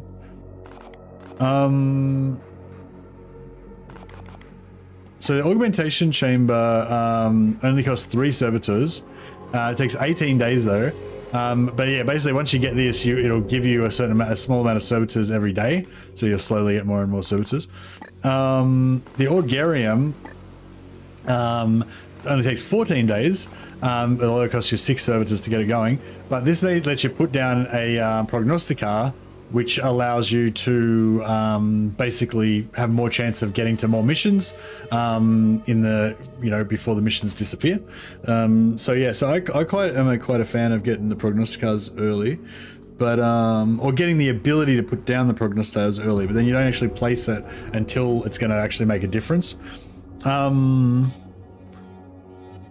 That's probably like the only 2 options that I would really consider at the start. I'd say I'd either go augmentation chamber or I'd go prognosticars. Yeah, so this time we'll go for prognosticars, I think.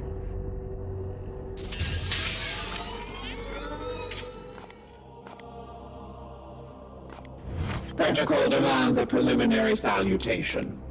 I will not have the edict put at risk, even for an Inquisitor. The ship will remain sterile. The baleful edict has never let any of the brotherhoods that have traveled in her down. That is the way of the Inquisition. Waiting for new input. How long did you know Commander Agravain? We had been the primary vessel for the Commander for the past 22 years. Although vagaries of travel within the warp mean any span of time is approximate. Yeah, so when you travel through warp space, it's kind of like it's kind of like traveling at the speed of light. It like messes with time dilation and stuff. He was a leader in the Grey Knights, so he was revered. However, my own analysis has his mission success rate at a mere 99.7. He spent many hours in repentant contemplation over the 0.3 inadequacy whenever I reminded him of it. Nice. I think Lynette's kind of cute because she's like, you know, just kind of like a robot basically with no emotions and stuff. But, you know, I feel like she actually liked Agravain, you know, but she still like reminded him of his inadequacies and like made him depressed, which is pretty cool. He did not suffer fools, or those that dared to countenance his authority.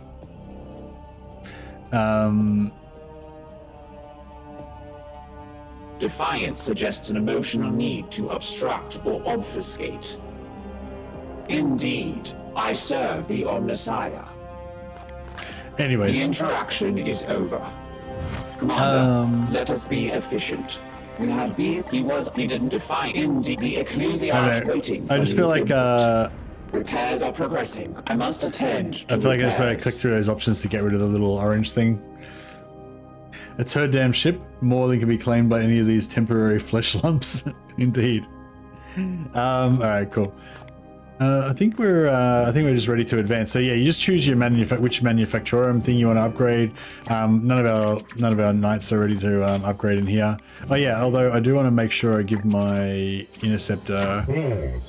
Nope. My interceptor. Acor Storm. I'm going to give him a hammer. I am the hammer.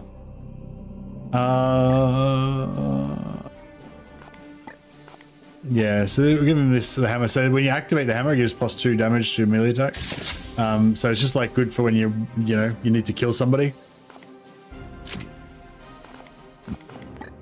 The falchions, you can activate to get +1 damage, but they have more crit, so 10% crit, 5% crit, and +1 crit damage. And this one has 20%. No, this one has 15% crit, or you can activate Force Strike to get another 20%, so you have 35% crit. And then these are like upgrades that you can put on that on top of that. So it'd be 25% base crit, and then another 40%, so it'd be 65% crit with that. Yeah. So yeah, so basically you have to unlock these. We have to unlock these with these points to get these extra abilities.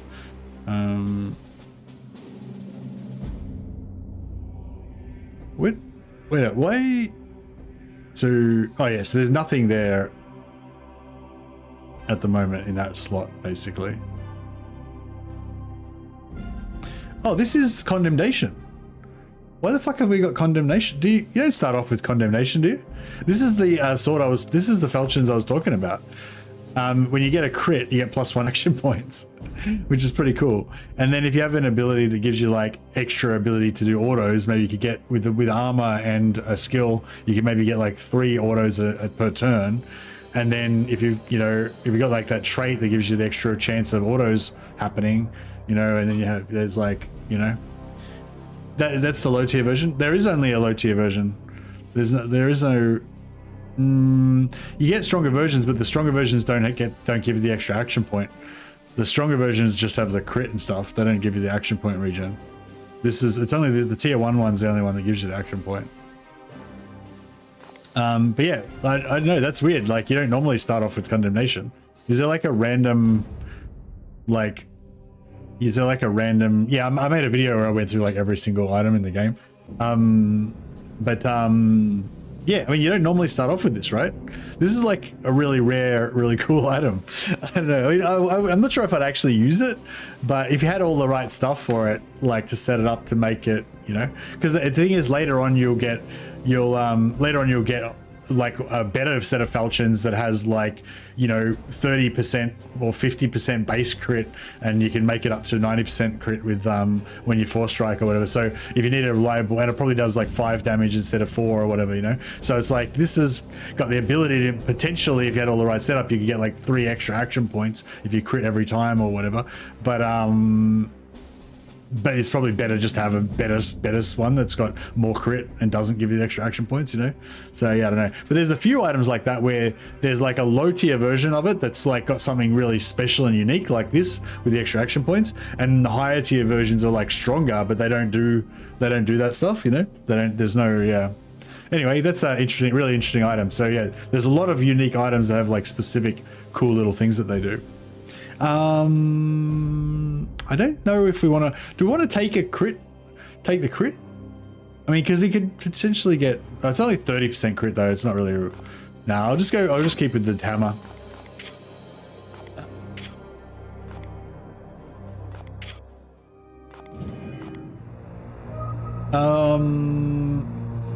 All right. Yeah. So we're just going to sit here in advance time, right?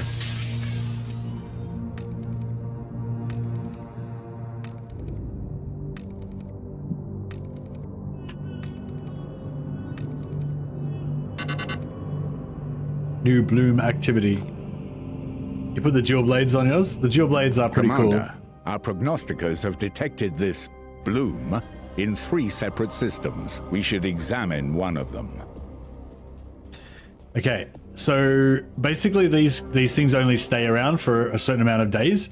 You can... I have identified this planet as a mission location. It basically gives you a preview, like by the time we travel to here, then that's how much time we'll have left. So it'll be down to almost half time. So we could potentially make it to this one and then make it to that one, but we may not be able to make it to that one because it looks a bit further away. But yeah, potentially we could hit 2 of them, get bang bang. But yeah, so later on we can set up a prognosticar which will cover a certain zone, and within that zone I think you get 3 extra days. So like maybe if we go to here we won't have enough time to get to this one, but if we once we get our prognosticar we could like realize that, then place the prognosticar here, which would give us plus 3 days for all of these, and then we'd be able to guarantee we could hit both of them. So so yeah, that's right, you get extra time when you place a prognosticar, but we don't have any we don't have the ability to place any prognosticars yet until this augurium finishes. So that's why I wanted to get that first. Although actually, yeah, that'll hit in 5 days, so we could probably get here and that'll probably hit before we get there, so we could actually drop it here if we weren't going to make it. You can actually save scum this part until you get 2 close and 20 servitors. Oh, nice on you. I don't have, I'm playing on Grandmaster though, so I can't, like, I only have the 1 save. I'm not sure, I mean, I could, but it'd be more screwing around and it would kind of be against the whole point of playing Grandmaster. But yeah, so yeah, Yo just said you can actually save it before this. I think, when do you have to save it? Before it triggers? Just any time before it triggers is fine. And then just keep like doing it again and again, and you just get a new CD every time. Anyway, from here you can so see some details. So this one gives us grimoires, means that our technology basically our technology is going to restart research faster. That's not really what I want though. I really want servitors. This one gives us plus 10 servitors. Okay, cool. So if we can get to this, that'll be really good. We get 10 servitors, and then this one that we're going to miss out on is 20 servitors. Okay, well, it's a hard one. So the 20 servitors would be nice.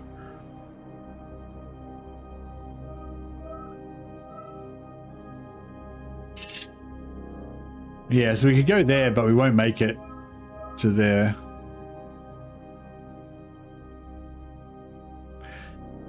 So basically we've got a choice of either going 20 servitors, or we go over there, but we only get 1 mission worth of XP, or we go here to get the grimoire, and then potentially we can also get 10 servitors, but in that version we get double, we get 2 lots of XP for our knights, and we get more requisition, which I think is cool. So I think we're going to go with that option, even though the 20 servitors would be nice. But yeah, servitors are important because the servitors you use, in the manufactorum. So when we're in here, choosing what we want to do.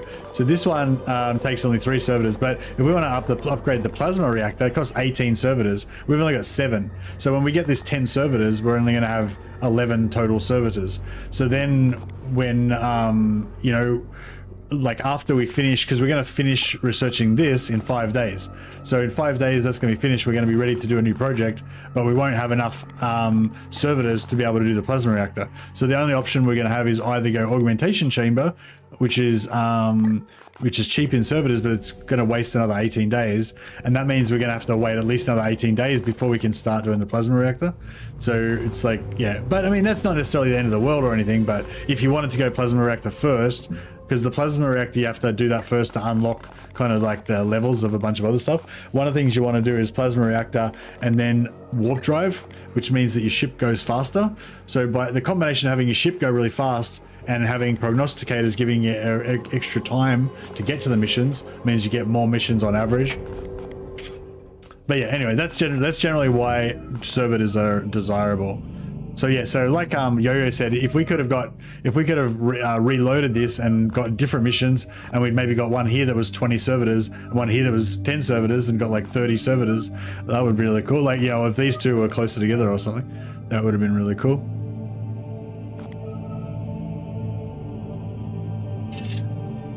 Yeah, so I think if we go to the 20 servitors, we won't be able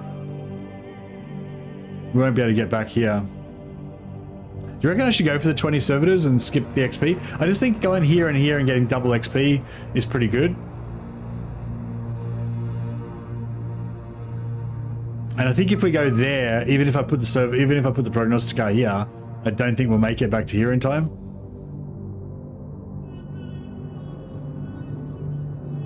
You reckon the XP is better if we get both here? You reckon we will get both? How many days do they actually last? Does it say? It doesn't say how many days.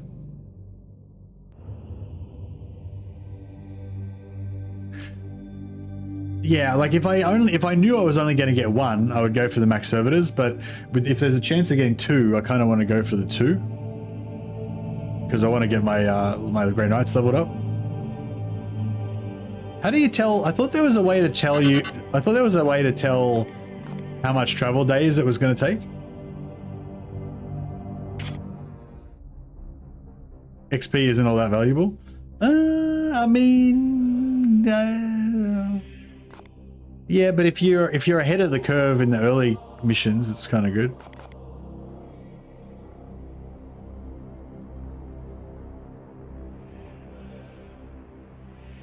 What's the special objective, or is it not unlocked yet? Oh yeah, wait, don't we get requisition from these? This is a requisition. Yeah, there's no secondary reward and there's no requisition. I'm pretty sure we do get requisition, but it just isn't telling us about it yet for some reason.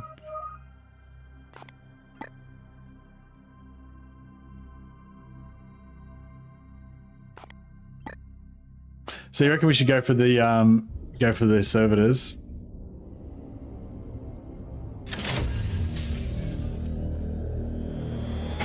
All right, I'll go with the wise ruling of the council. It seems like you guys are saying go for the servitors.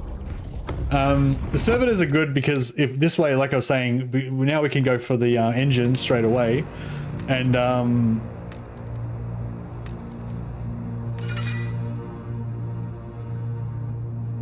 Bulgarium's functional. Okay, cool. So the Bulgarium's now functional. So we now have restored functionality to the Augurium and should review our prognostica choir. Yeah, so we can now put our prognosticator down here, and it'll give us 3 extra days to get to this. But I'm pretty sure even if I put the prognosticator down here, we still won't have enough time to make it there. So I'm gonna I like to save my prognosticators until I know that the placement of the prognosticator is going to give me an extra mission, because I could place it now and then still miss out on the mission, and then next time there's a mission where, you know, placing it in the right place would actually definitely give me an extra mission. So yeah, so I'll as soon as you finish. Hello, Mercy the Mad. Yeah, so like I made a video a while ago, kind of explaining about all this stuff. Basically, if you just Google like where to place your prognosticators in Chaos Gate, it'll probably come up as the first option because I don't think anyone else has covered that. But yeah, if you just I'll just check out this video for a second. Yeah, that's it. Yeah, so basically, I kind of explained all this stuff in the video, but I'm just going to be a bit of spoilers here for the future, for anyone who's, you know, hasn't played the game before. So we're in this part of the map here, like what I was just showing you before. All we can see is this part, but the map is actually bigger than that. So there's more regions outside of this purple border. So basically you want to place your prognosticators to cover as much area as possible, but know that the map is actually going to expand. So what's the most regions possible in this? So like if I put the prognosticator right there, right, the prognosticator would cover that one, that one, that one, that one, and that one. So it'd cover 6 regions, right?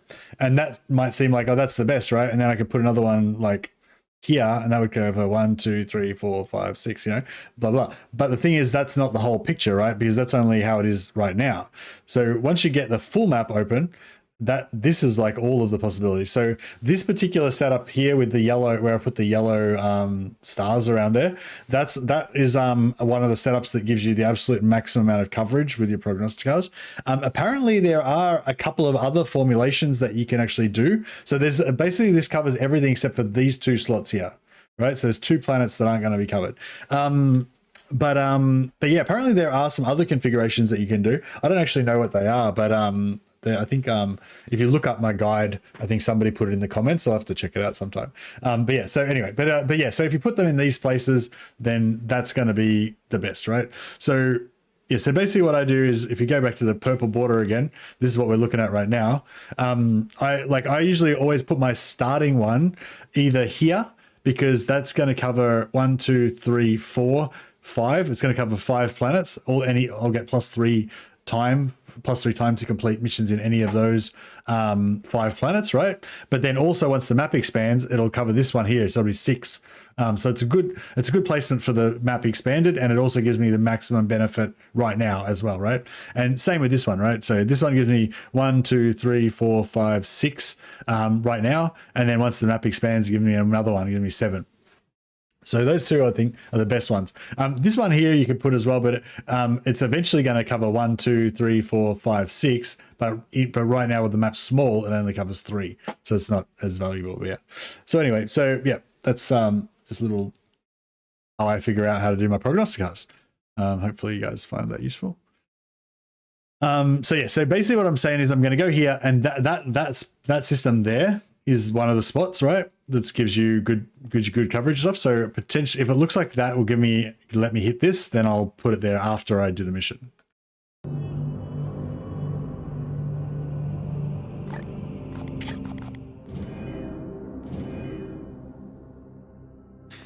I don't want to. When prognosticators are attuned to a system, they will extend the mission timer in all adjacent systems. All right, so I don't want to place it yet.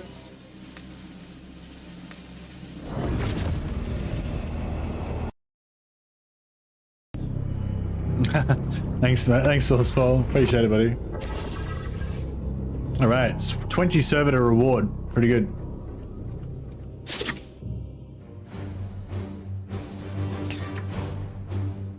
Yeah, so the different weapons have their base things. Basically, the halberd is like good for blocking areas. So anyone who tries to move past the knight, he'll have a chance to auto attack them for free as they walk past him. The Narthicarium does 1 less damage, so it's not as good as the normal proper combat weapons, but it lets you heal people using your willpower. And the sword is like a defensive weapon, and every time someone attacks you in melee, you've got a chance to parry if you've got a sword. I think the base chance is 25%, but you can get swords later on that can give you like 75% like chance to parry and stuff. And if you got the like increased chance for autos, that can stack on top of that, so you can just be like, you know, semi-immune to melee attacks. It's pretty cool. The hammer doesn't sort of do anything special, but it does extra damage when you use your force power, which is pretty cool.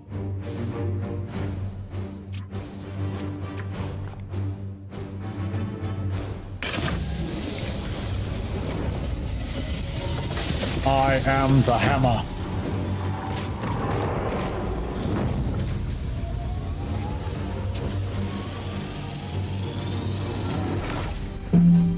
Was it you that was saying you had like a ranged paladin build that you thought was good? Like a bolt gun, a bolter, or a something like that? Bolter paladin, or a heavy weapon paladin or something? Why have you led us here, Inquisitor? There is no sign of strife on the comms. Look more carefully, Knight. The codes used are old, but they are a mark of an active plague cult. Of that, I have no doubt. If that is true, my brothers will make short work of them. All right. Here to serve.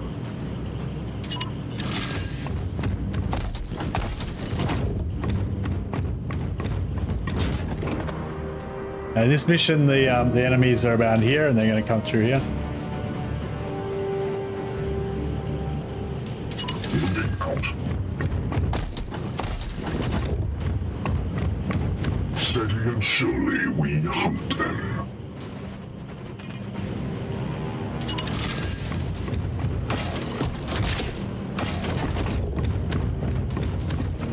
Yeah, powered up Marines can climb up vertical surfaces. They can jump over gaps, but the Terminators can't.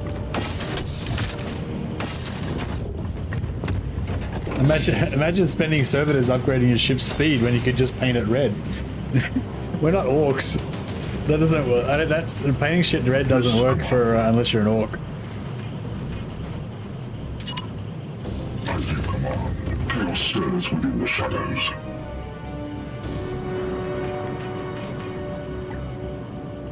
At your command. How does Yes, it, Commander. like I can't remember. It's been so long since I played this. I think the way it works is, so this pod's going to move here, right? And the way it works is, if we let them move first, our line of sight is blocked for this door, so that means that we're not going to activate the pod because we can't see them, right? But I'm here to serve. I am with you. So what we can, so next turn we can shield up, kick the door down, get a free attack on them basically, and and then it'll be all good. But the other way you can do it is you can move into this room first, and then we could like shield up or whatever and wait for them to come here. But I think if you do that, you don't get a free attack. I think if you do that, then it sort of goes to the next turn, which means that your shields go down. So it's like, yeah, so you kind of want to, yeah, that's right, isn't it, Mana? Like, so basically it's sort of, so you could sort of like set up here maybe in Overwatch or whatever, and then hopefully they would walk into it maybe, but, and we'd have shields like initially for when they popped in case they shoot us or something, but then once it's my turn, I won't have the shields anymore. Whereas if we pop on them, so if we get them to come in here and then we kick the door down and get the visibility, then we get basically the extra turn of shields. But yeah, they're not going to pop on us now, but you can always just shield. You can always just shield everybody up, anyway, just so that if something happens, then you've got shields. Wards activated. Relentless. The ages shield us. Engaging combat resets the turn, so you keep all of your buffs. It'll change the initiative order though, yeah. But the thing is though, if they engage combat on us, then it doesn't reset, like, then it doesn't reset the turn, does it? Then it, like, they'll have a chance to act if we are flanked or whatever, and then it'll be the next turn, and that way we won't have our shields anymore. So you don't want them to walk onto you, otherwise you'll lose. Like, you'll have shields when they walk onto you, but then when it's your turn, you'll have no shields. Whereas if I pop on them, I can basically already have my shields, attack them, then end the turn, and still have shields for free when they attack me back.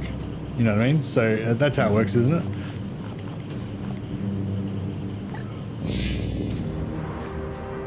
Okay, so they've now moved into this room.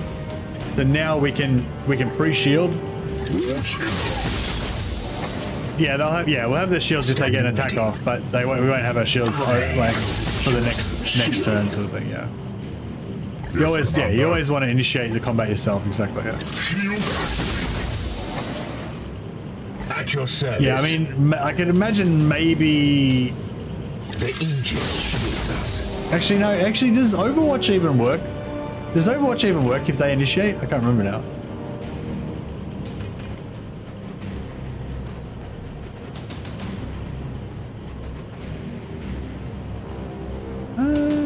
I might just.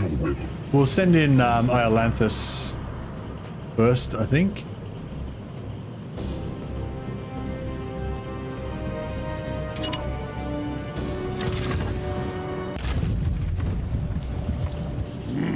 Powers protect us. There, I see one. So yeah, so we activated them. They get to, you know, do whatever they're gonna do. And then it froze our guy. He didn't actually get to walk in there, right?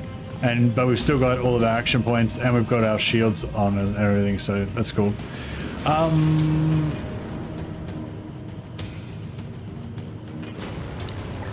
So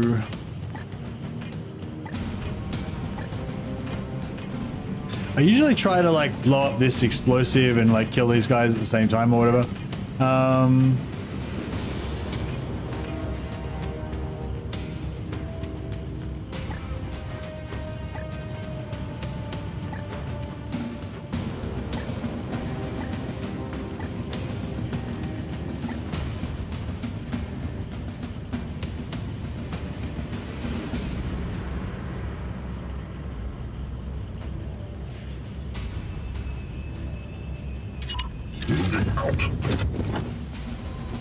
All right. So yeah, so we could grenade all three of these guys, plus blow up this thing, which will also damage them.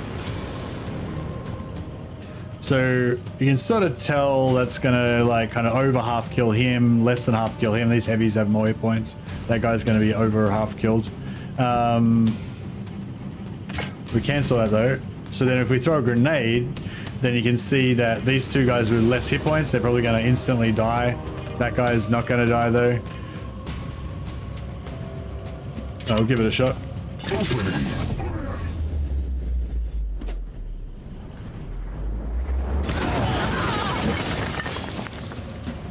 Cool. So you got 6 XP because you killed 2 of the low level guys. I think the heavies are worth 3 XP. If you shoot these guys, does shooting the guys in Overwatch knock them out of Overwatch? I can't remember. I think meleeing them does knock them out of Overwatch.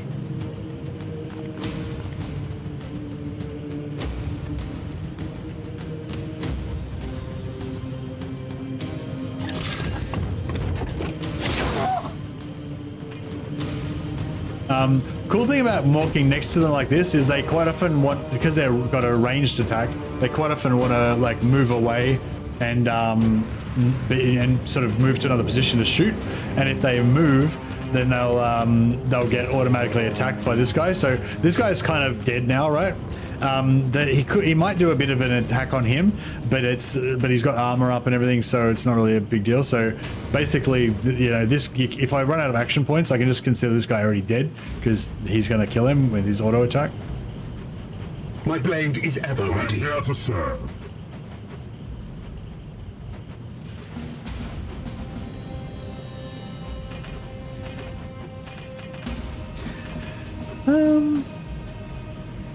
Your orders. Okay, so we can like teleport. Oh, there's a guy there as well.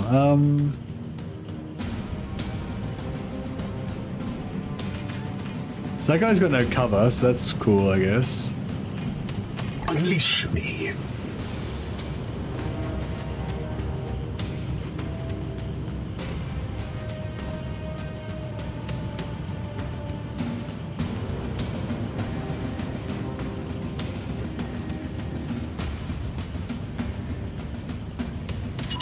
Taking position.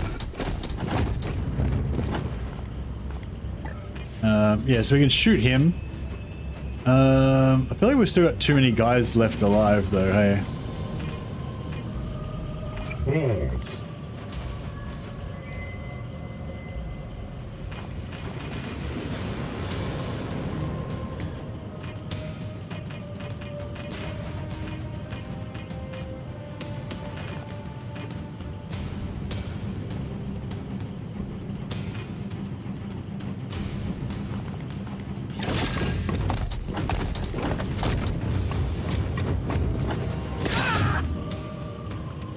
So yeah, kind of same deal there. If that guy's gonna die, whatever he does, basically, he's only got 4 hit points left. This guy's got enough armor that he doesn't really care what that guy does.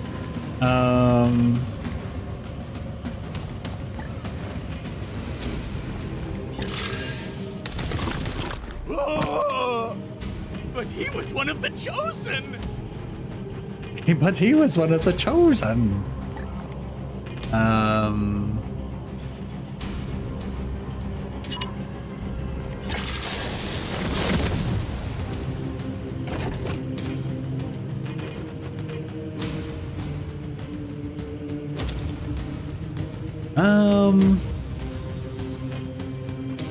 We could grenade this guy off the...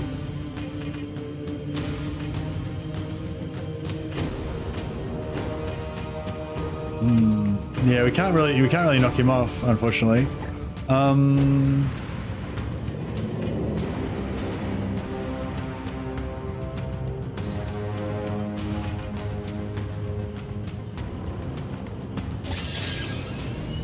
Yeah, so I can force strike him, but he's still going to have 6 points left, which is not really awesome. Standing ready, your command. There's not really much. Don't really have much choice though, do we? I suppose we could grenade him back. I can grenade him there, but he won't really. I was going to say if I could knock him back towards us, we'd be able to take him out, but. I like this game right up to the last mission, which suddenly changed all the rules on you. I absolutely hated that. Ruined it for me. Yeah, the last mission was hectic. Luckily, I played it on vanilla. I don't know if it's even harder now. But yeah, I feel like they could have given you some more kind of warnings. But I suppose all the boss missions are a little bit like that.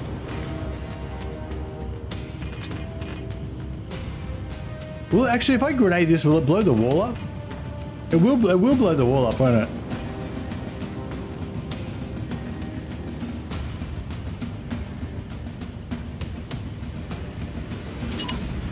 I don't know if this is going to work.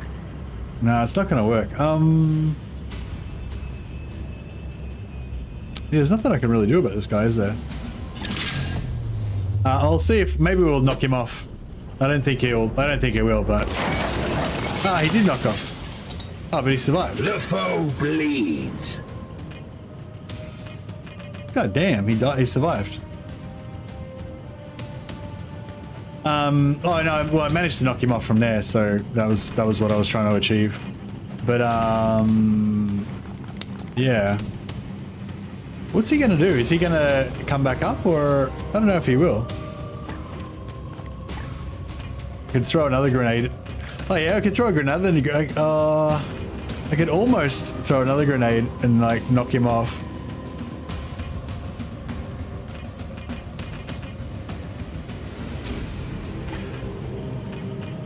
Oh yeah, I think we can knock him off, just.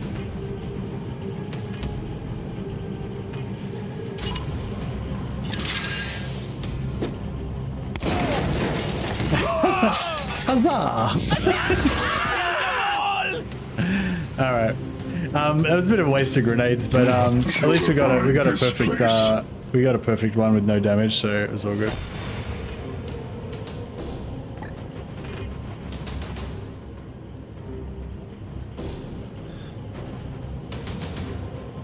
Yeah.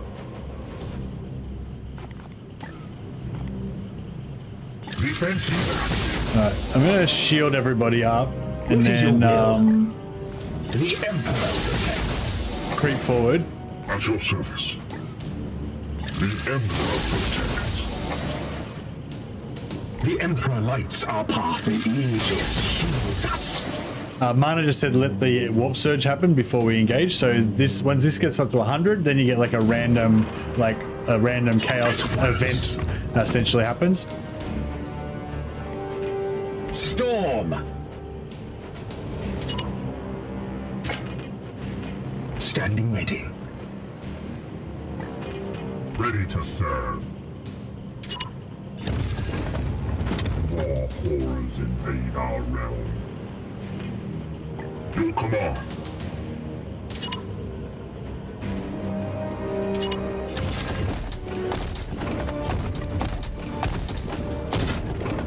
In combat surges are way more punishing than out of combat ones.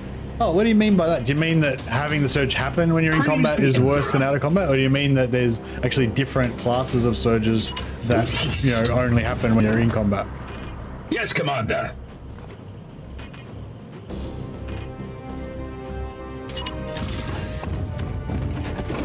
Oh, okay. So there's actually different ones that happen in your combat. That's cool. Excellent. Commander, I sense a massive spike in warp activity below. It is a warp surge, Inquisitor. Such events are common in pitched battles between Psychers. Science, and yet your brothers yeah. have clearly restrained Hey, straight their shot. Yeah, powers. this is Something like foul, definitely as it were, like below. XCOM 2. It's like XCOM 2, but in 40k basically. The only difference is really that there's no RNG with shooting. Your shooting is always reliable. The Emperor protects. I am here to serve. The angel. Yeah, if you're interested in it, it's on special on Steam right now for 70% off, and it's also on special on Instant Gaming for 84% off. So it's like it's $7 or $8 Australian. I've got a link there to my affiliate link to Instant Gaming if you're interested. I mean, you just Google Instant Gaming, but if you want to use my Yes, Commander. if you want to use my affiliate link so I can get my 3% off the top, that'd be awesome. What is your will?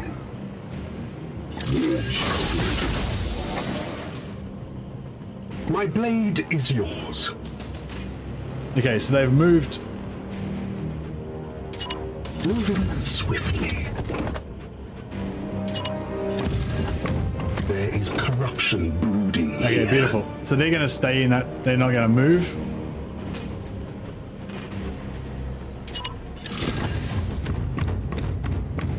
Are there any additions that are better or DLC that are worth the price? I reckon I'd buy all the DLCs. I really like this game.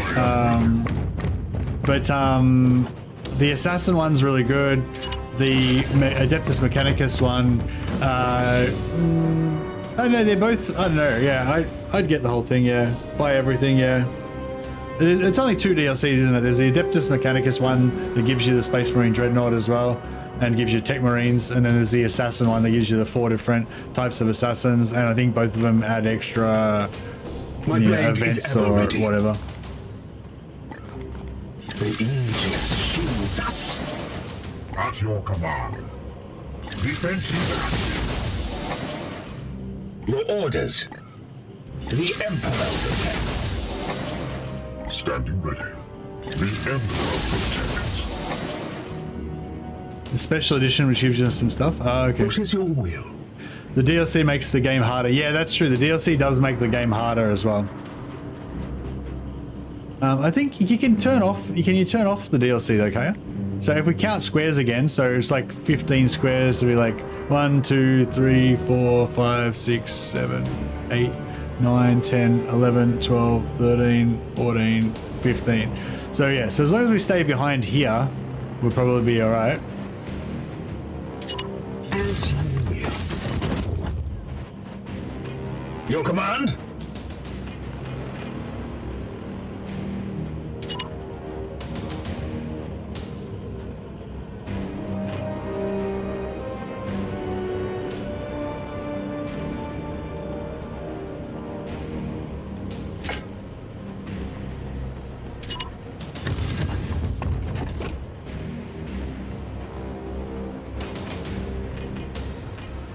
Don't worry, if you die, I'm going to extract all your gene seeds somehow.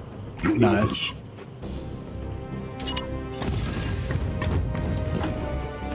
Praise the Emperor.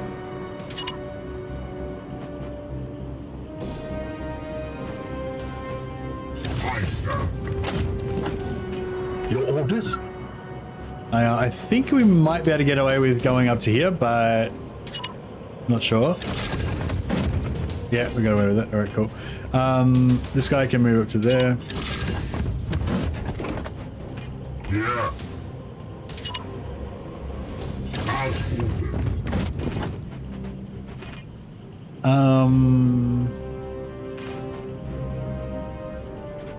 Yeah, so they're gonna. So this is what I was gonna say before. They're gonna initiate combat on us. They'll get to do their thing, and then we won't. And then once it's our turn, our shields will be down. So it's not ideal, but you know. Gods, watch over me. I wonder if it would have been better actually for me to move onto this side. Then we maybe wouldn't have had vision on them. Actually, yeah, that probably would have been better, wouldn't it? Okay, so this guy's suppressed. That means that this guy's suppressed. So basically, he can't move. If he moves, he's going to automatically take a hit. I think he can. We can shield up. No, can't shield up. Can we shield? You can shield up without getting shot, can't you? I think you can. Here.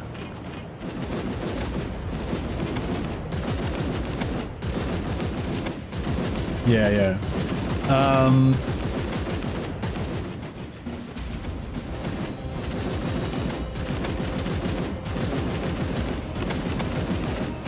Alright, I think we can throw a grenade. Oh, we can do it from here, actually. Alright, so we can throw a grenade, which will probably kill that one, but the other ones will not, you know, won't die.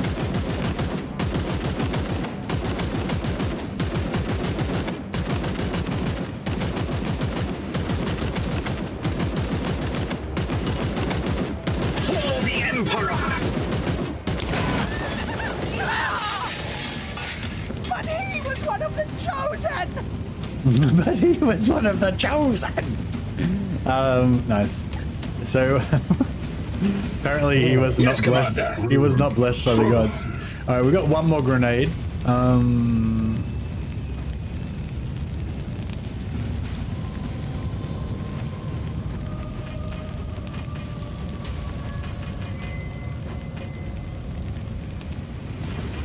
At your service.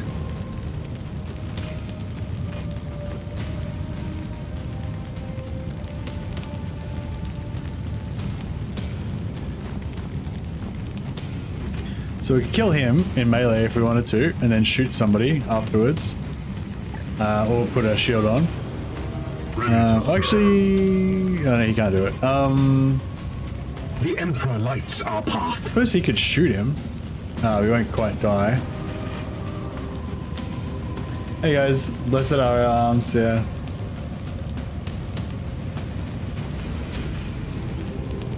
We should try and knock him out, I guess, with a grenade as well. Praise the Emperor.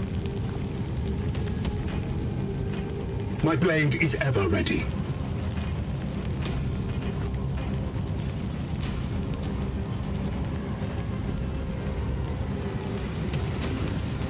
I don't want to put this guy's shields up. But I don't know if I want to waste. Seeking the tainted.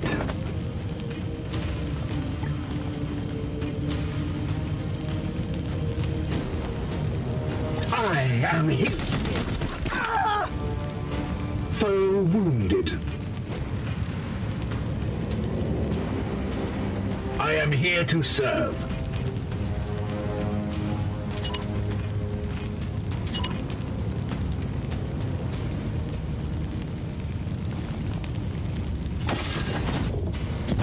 Yeah, I could have just... Actually, I could have just force-striked. Could have just force-striked him. Yeah, I was going to shoot him. That was why... That was why I wanted to take the hit points. That was why I shot him with that, so I could shoot him with this guy. That's alright. Yes, command. At your command. This guy can walk down here and eat a few shots in the face.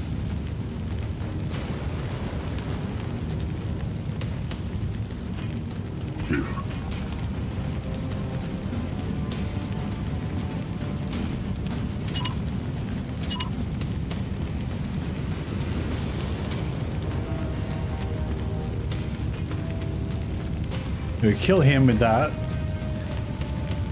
or we could not kill either of those with that.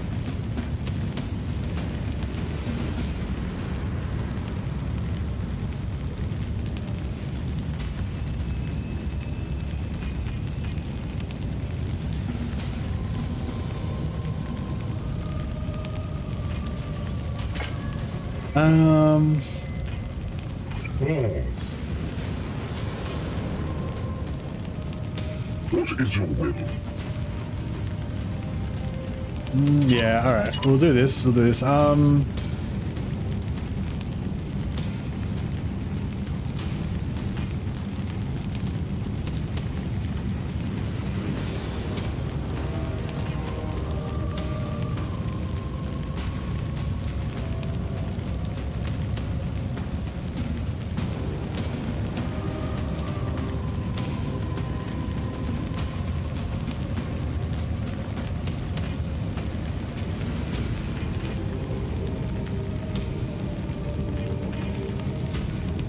Taunt. Ah, fuck it. I don't know. We'll just throw it. I should have used that probably to kill the heavy, but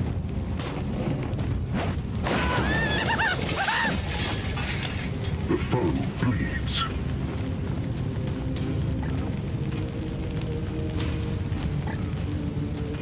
Storm!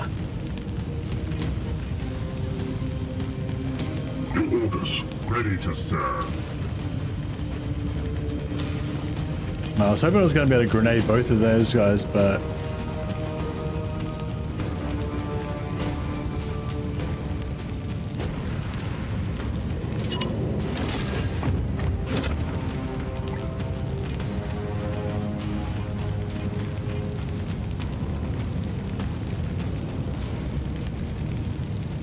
I can just I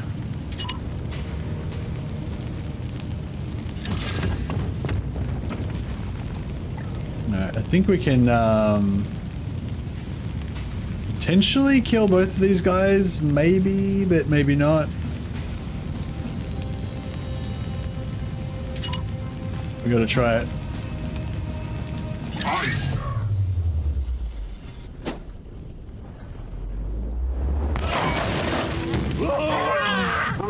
Fury. Nice. Standing ready. Standing ready. Can't shoot that guy. At your service. Can't shoot that guy. I could teleport next to him, or I could just put my shield up, or I could put Overwatch on this guy. But I don't know. I feel like the shield up is probably the way to go.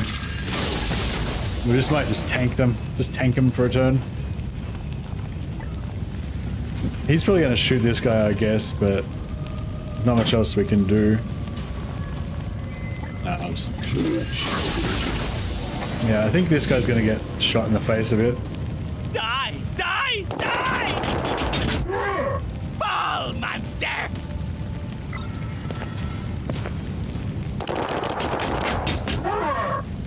A little bit wounded.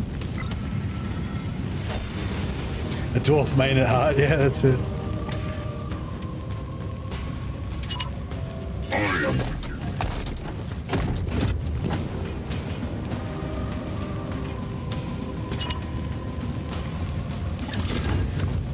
vengeance. I am the Emperor's fury. 80 out of 125. Okay, he's not gonna level up anytime soon. 36 out of 50. He'll probably get a level already because we're gonna get like 20 XP or something from the completion of the mission. He's gonna get a level up for sure. He's probably gonna get a level up, I would guess. But I think it's gonna get at least 20 hit points for this mission, My but blade is it yours. might be more. I'm not sure.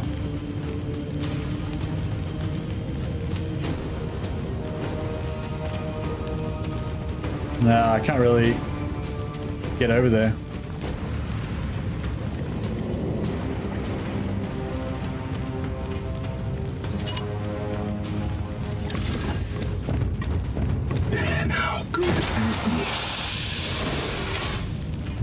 I'm not sure if healing them up actually gets rid of their orders. Not sure if healing up actually gets rid of their With alacrity. their injuries for the in-between battles, but Vengeance.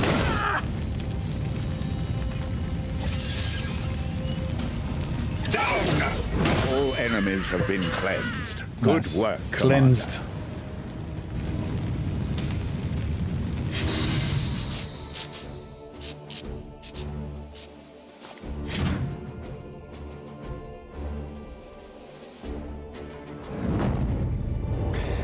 Hey, Ashi Faved. I'm not really an authority on morality. Sorry, bro. Maybe you need a priest or a chap. Maybe you need a chaplain, a Space Marine chaplain. Commune about the righteousness of your actions with the Emperor would bless it. I know that printing Games Workshop miniatures is completely immoral. Get away to guarantee crits for the next mission. Oh, thanks, Mania. Good call. Hopefully we could maybe get Hammerhand on a Justicar or something. Hey, Scavenden. Yeah, it's going well, buddy.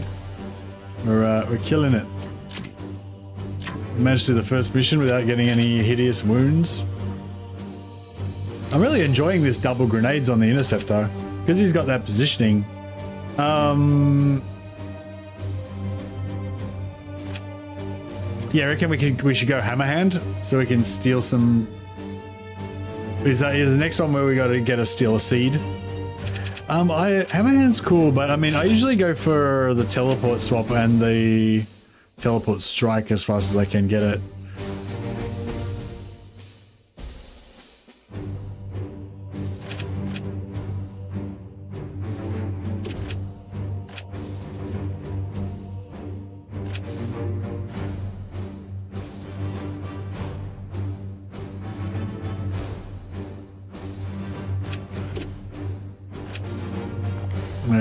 I'll take your advice and go Hammerhand. Usually a support fire. Can you get support fire straight away? Oh yeah, we can too. Oh yeah, support fire is pretty cool. Yeah, Justicars can get Hammerhand as well. So we could go. Oh, wait, I thought they did. No, maybe they don't. Oh yeah, they're there. Yeah, so Justicars could go Hammerhand as well.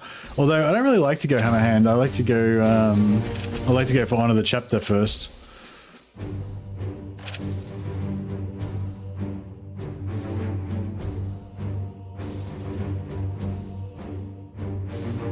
I like to go two Interceptors with support fire, a Purgator with silencer, and a Justicar. Sounds pretty good.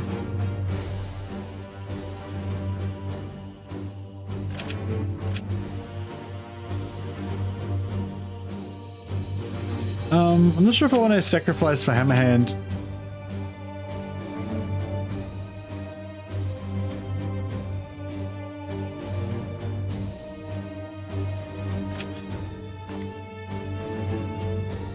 So yeah, I don't really use Hammerhand on my Justicars because I want to use all of their willpower for Honor the Chapter. So I usually just go here first and then get the extra equipment slot. You know, then you get Warp Charge, then you get extra willpower.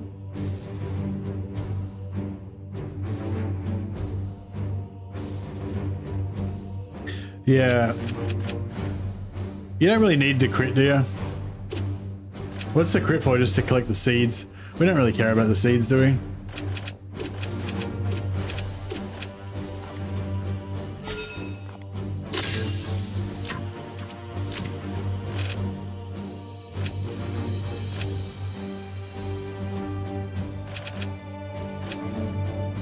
I feel like Teleport Strike is better than support fire. I mean, I want both of them, obviously, but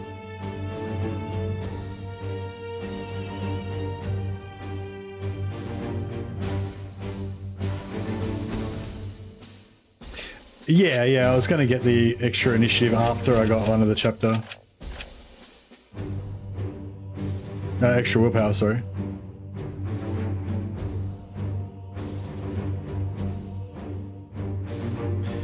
The extra range on the teleport is pretty sexy.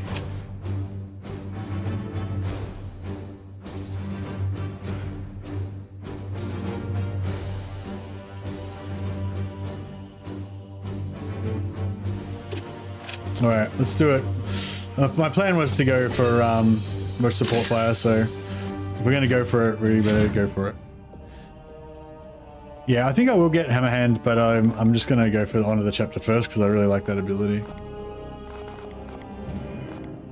Okay, so if we were to go there, see, it doesn't. Yeah, there's no way of knowing. There's no way of knowing whether we can make it or not. Do you reckon if I put the Prognosticar down for an extra 3 days, we would actually make it? How many days did it take us to get there? I wasn't even paying attention.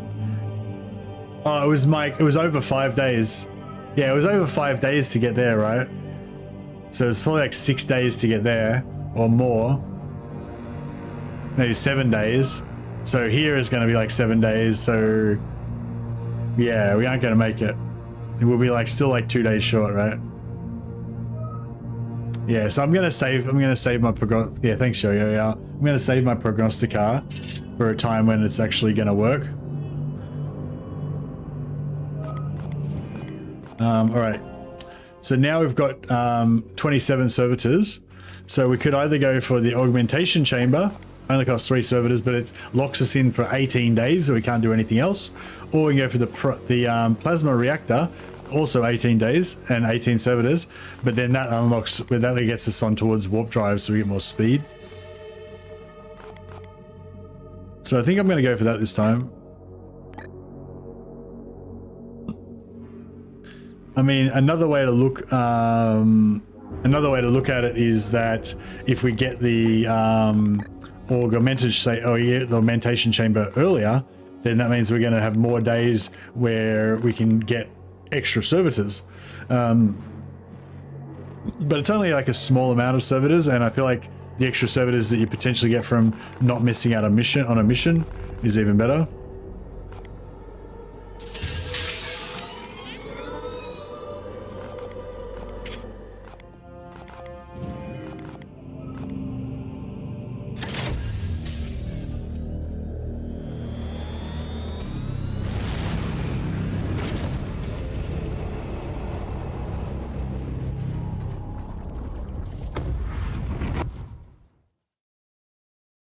What do you guys think about delaying the craft world and just staying in the small map for longer? We cannot afford to sit on our hands while the bloom spreads unchallenged. Commander. Yeah, what do you think about just not progressing the storyline missions and staying in the small map for longer? Like, kind of pros and cons of doing that rather than unlocking the big map as fast as possible and getting upgrades earlier and all that stuff.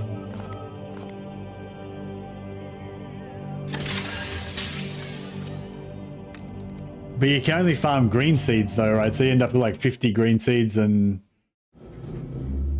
well, I suppose you can farm gear, but you can't upgrade it. But this poxwalker was one of the Imperial faithful, afflicted with a strain of mutagenic virus. There is no doubt we are dealing with the work of the plague god Nurgle. This must be the bloom whispered of in those astropathic fragments. Within the carcass, I found a germ of some ancient power corrupted with a foul psychic resonance. This seed is used to spread the virus. Of that, I am certain. But it arrived to me damaged, and there is little else I can learn from it. In order to study how we might fight this plague, I must acquire one of these seeds completely intact. I can instruct your brothers on how to extract these specimens properly. Please ensure they pay attention. The Emperor loathes indolence. Let's not disappoint him. Indeed.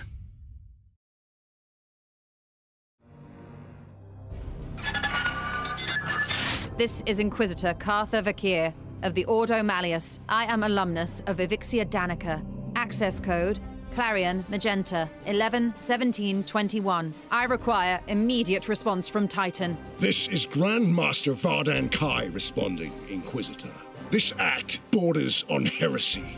The screams of the astropaths you burned already reverberate through the warp. It is fortunate for you that I am prosecuting a campaign in the nearby Chimera system. I suggest you explain yourself, and quickly. Grandmaster, I have commandeered the baleful edict. We face... You have seized a Grey Knight strike cruiser. As is my right. I have foreseen dire omens for this sector. Already Nurgle's poxwalkers roam free. Oh, indeed. I'm surprised an agent of your pedigree is not equipped to deal with such lesser threats of chaos. Agravain, perhaps you can clear up this nonsense for me. My lord, he fell in battle during our last campaign against the Cadium cult. We had been returning to Titan for repairs when this Inquisitor intervened. Ah, Brother Ektar, that is sorry news. I trust then that you have appointed one of our brothers to act in his stead. Well, Speak up then, Commander. What say you to this Inquisitor's story? All right, so I think you want to do, it's discuss the bloom seed, the bottom one you do, right? And that gives you 1 extra requisition, I believe. It's been so long since I played this game, I forgot how to do it. It is the bottom one. All right, cool. I was going to look up my own video that explains what to do, but thanks guys. If you're wanting to know about that sort of stuff, I've made a video about how to spend requisition points and stuff like that, and another one about items that you might find interesting if you're new to this game. Intriguing. However, the galaxy is full of unsolved mysteries. I am confident these poxwalkers are the symptom of a much greater cancer. I only need a little time to conduct further research. Very well. I am not in the habit of second-guessing those under my command, that is, until given a good reason. I will leave the baleful edict in your care. You have my thanks, Grandmaster, but there is yet another reason I desire to speak with you. As steward of the Armory of Titan, I had hoped you could release further assistance. Don't thank me yet. I will give you 60 Tertean solar days to prove this threat warrants the deployment of an entire strike force. Battle-worn as it is, Strike Force Xiphos could be put to good use in several campaigns across the galaxy. Any further requisition from my arsenal will have to be earned. But Typical. After each Grandmaster's report, you can spend your requisition to unlock and upgrade armor slots. Armory slots, yeah. The resource slot gives you access to the new Knight reinforcements, servitors, grimoires, and other resources at the end of a mission. You can only unlock or upgrade each slot once per report. Slot upgrades increase your chance of accessing more and better equipment and resources. Yeah, so we've got eight requisition altogether. Eight requisition points. So theoretically, if you get 10 points, then you can unlock all 5 of these at once. But the most you can possibly get is 9 if you sacrifice 2 of your knights back to Titan, and you take the correct option in the dialogue that gives you a +1. Then you get 3 extra points on top of the 6 base that you get. So there's no way to get all 5. You only can get 4. So 8. You only need 8 requisition at this point. But yeah, so basically you can't get the Officio Assassinorum stuff yet. Knight requisition, basically it allows you to recruit higher level knights instead of just getting level 1 knights. But it doesn't really matter because you can just get level 1 knights, and then if you get a level 1 knight, what am I trying to say? I don't know, I'm starting to get a little bit tired, I think. Anyway, I don't really worry about the knight requisition, so I just take the other 4.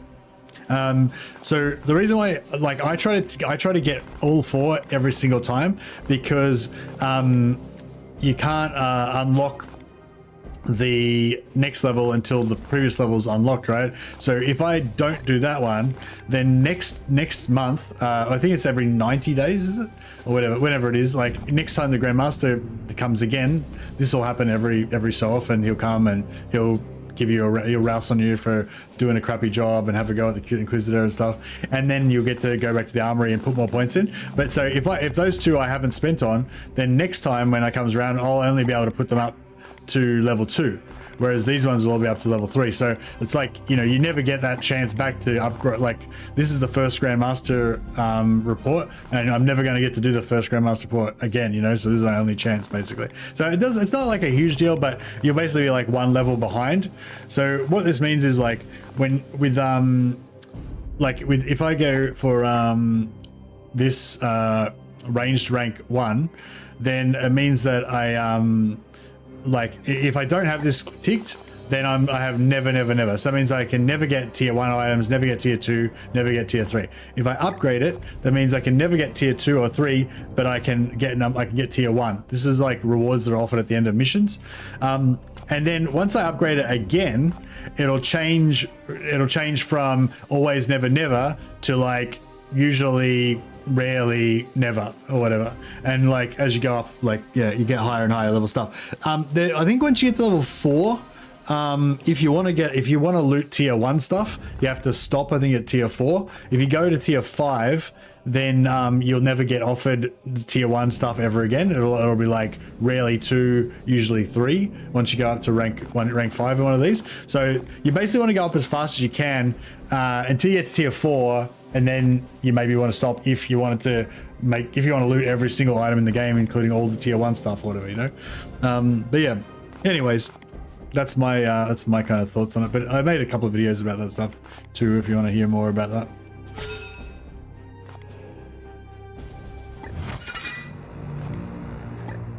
Seed extraction has been unlocked. You have my attention, Knight. It is not so simple. I need the seeds intact for further study. If we must. The Grey Knights will be needed in this task, and it is your duty to marshal them. I had previously been hunting heretics siphoning power directly from the Hadex anomaly, not far from your previous campaign. Divining the visions of astropaths is an art in itself. Indeed. Do I bore you? The Grey Knights and Inquisition have worked together since the earliest days of our orders. We each have our own role to play as partners. Yes, partners in my mission. Know that I will not sacrifice your men unless the need is great.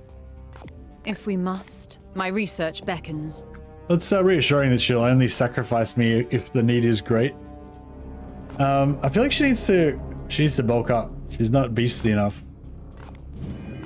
If you took off that powered armor, there'd be like nothing left under there. She does have some pretty cool scars though.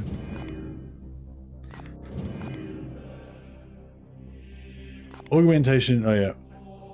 Servitor production suspended, yeah.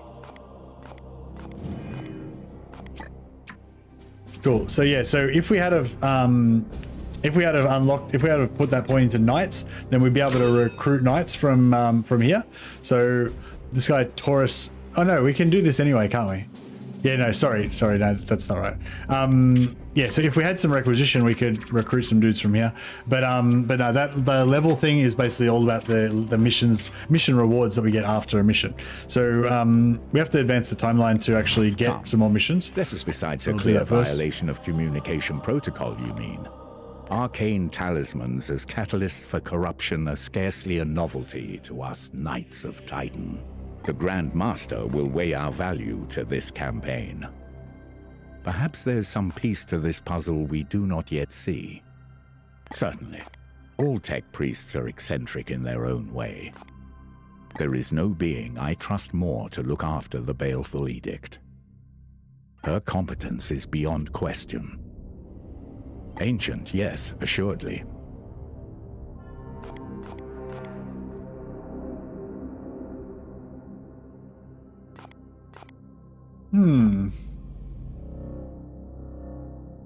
So he respects Lynette. He respects Lynette a lot, even though she's, pretty rude. Pretty rude to everyone who's not part of the Mechanicus, but, we still respect her because she looks after the ship and, she's a good tech priest. All right. This is my usual, waiting spot when I'm just waiting for the next, missions to pop. All right, here we go. Okay. So yeah, we got pretty crappy placement. Yeah, I don't think we can hit any. We'll be able to hit 2 of them, even if we put down the prognostica.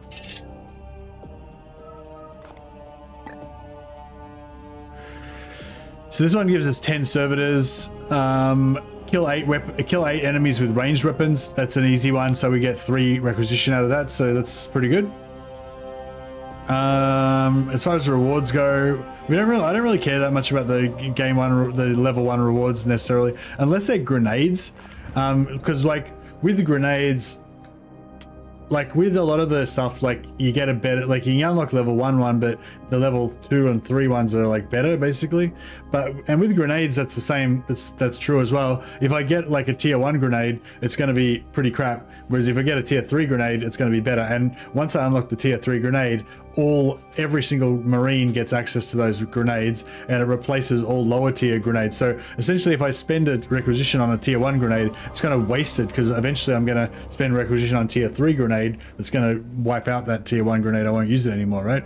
So it's sort of a waste, but at the same time, upgrading from the tier 0 grenades to the tier 1 grenades is so good that I would definitely, if you see a grenade, I would definitely get it, you know, normal grenades and stuff.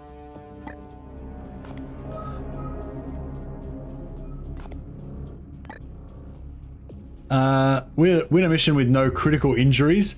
Critical injuries is when one of your guys actually dies, I think, which is pretty unlikely to happen, unless we really screw up. So yes, this one gives tier 1 grenades. We don't know what kind of grenades they could be. Stun grenades, could be, you know, bleed grenades or whatever. So yeah, I'm not necessarily going to go after that just because there's a grenade reward, but I am interested.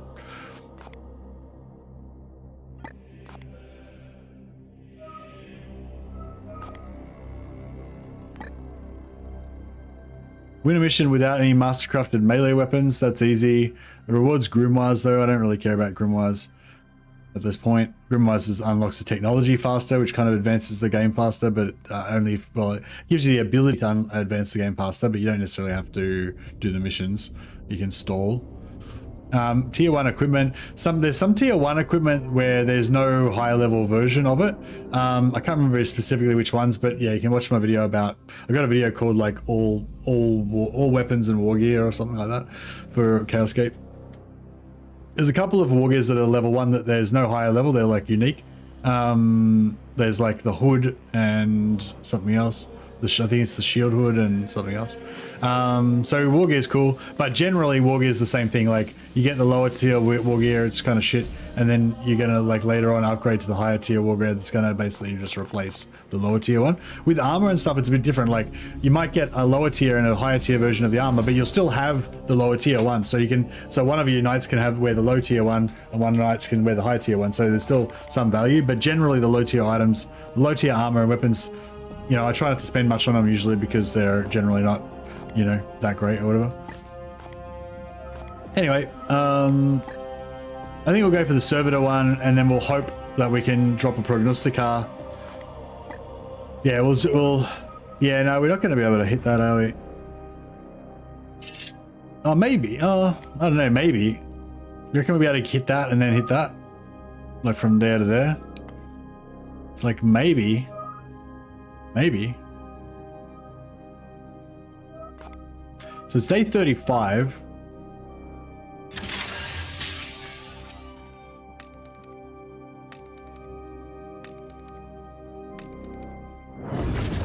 So it took 5 days to get there.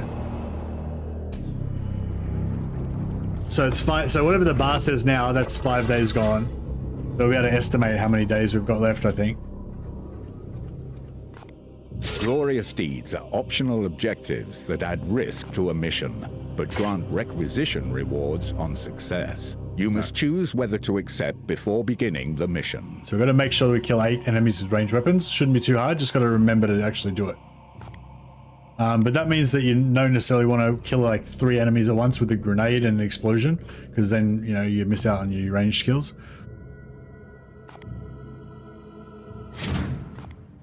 I know, I generally like to use all my, I usually like to use all my grenades early to sort of like reduce, I figure if I just use my grenades to make sure I wipe everyone out without taking any damage early, then I've already made it through half the mission without taking any damage. So then the chances of me getting through the whole mission without taking any damage is higher, you know? Whereas there's also the other philosophy, which is like, try to not need to use your grenades so that if you get into a situation where you're definitely going to take damage, if you know, the grenade could get you out of it. So it's like, I don't know. I think, yeah, I think both, you know, both theories are good. All right, let's do it.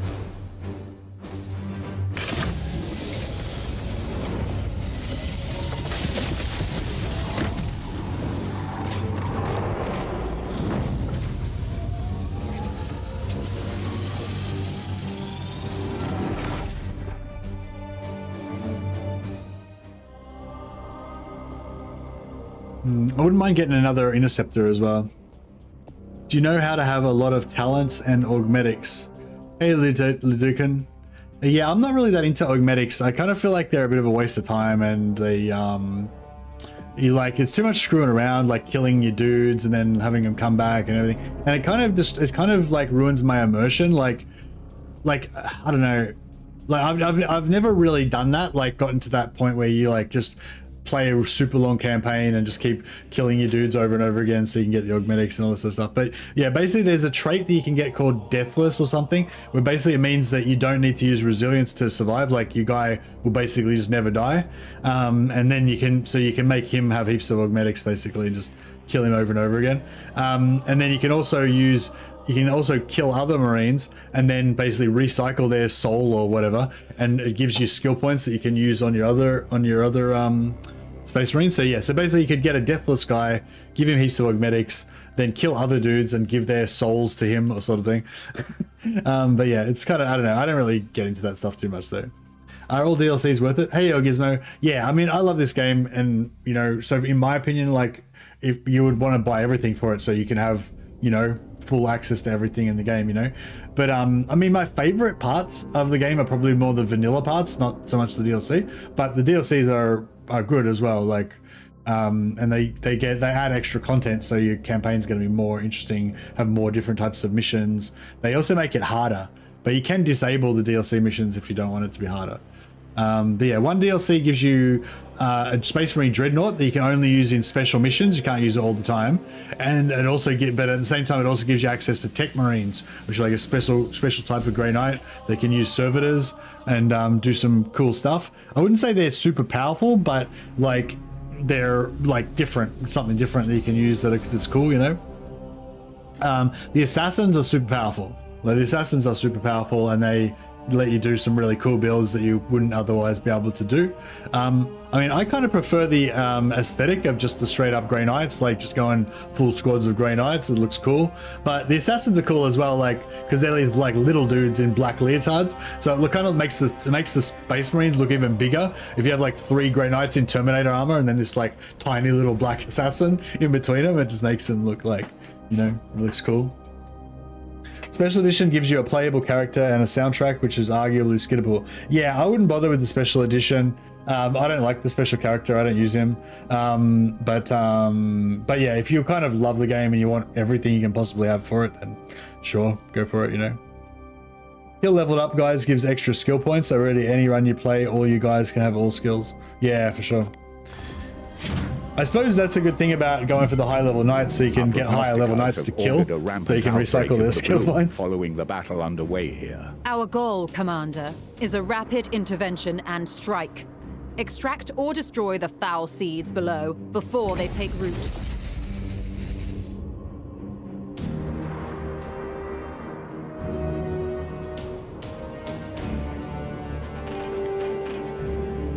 All right. Let's do it. So we've got to kill 8 enemies with ranged, and we've got to take out the seed carriers. So there's only 1 seed carrier. If we can get a crit on him, then we'll be able to extract the seed out of him. Your higher knights are level 6, kill them off and you get 5 points on your main knights. Yeah, nice. So yeah, so that's kind of like a late game thing. I wouldn't worry about it in the early game, but yeah, definitely cool.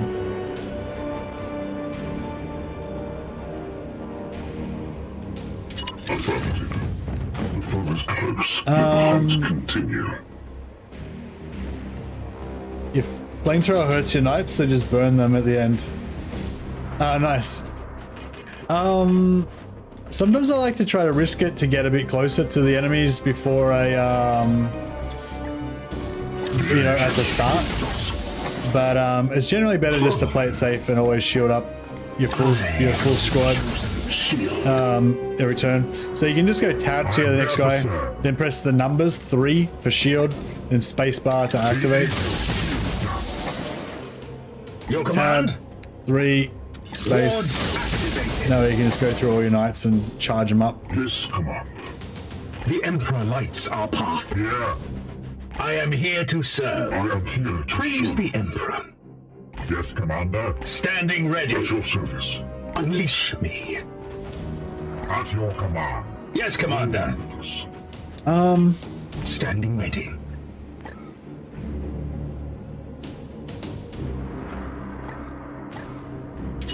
I am with you. So I just kind of want to move everybody up. Storm! Ready to serve. Just kind of want to move everybody up What is your before will? we risk activating this pod. I'm pretty sure we aren't going to activate the pod because I'm not sure. I think we might not activate the pod because we're on a lower elevation, so they might not be able to see us, but they might be able to see us as well. It's hard to say. Your command. I answer. Yeah, no, it looks like we're good.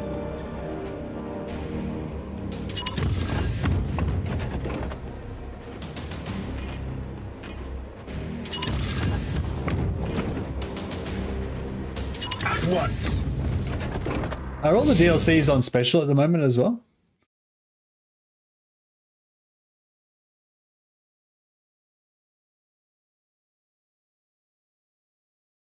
I'm just checking out the DLCs on Instant Gaming. So Cascade Demon Hunters is 19% off. There's $13 on. This is on Instant Gaming. Check Steam as well. It might be cheaper. So that's only 19% off. Chaos Gate itself is 84% off. So it's only $7.80 Australian on Instant Gaming. And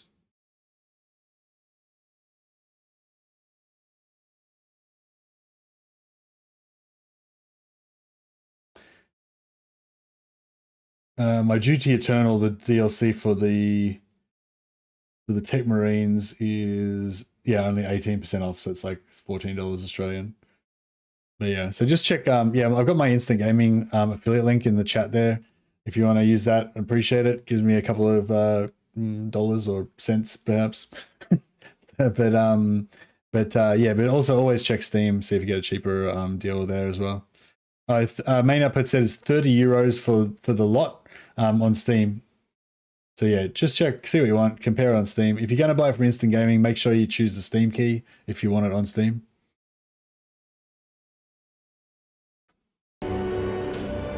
This guy have full skill point. I don't know how. Yeah, if you buy the collector's edition, you get the special Purgator that's got full skills already chosen.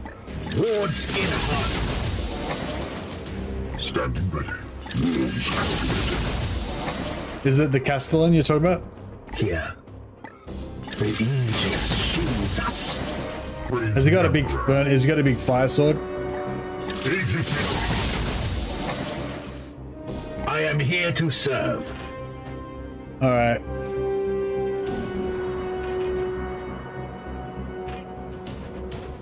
See, sometimes you can get closer within, so it's like roughly 15 squares from the edge, right? So it'll be like, if that's like 1, 2, 3, 4, 5, 6, 7, 8, 9, 10, 11, 12, 13, 14, 15. So those guys can potentially see right up to here, and they can see right over to here. But if we walk up to like here, they may not be able to see me because of the what is your will? Because of the haste. Okay, never mind.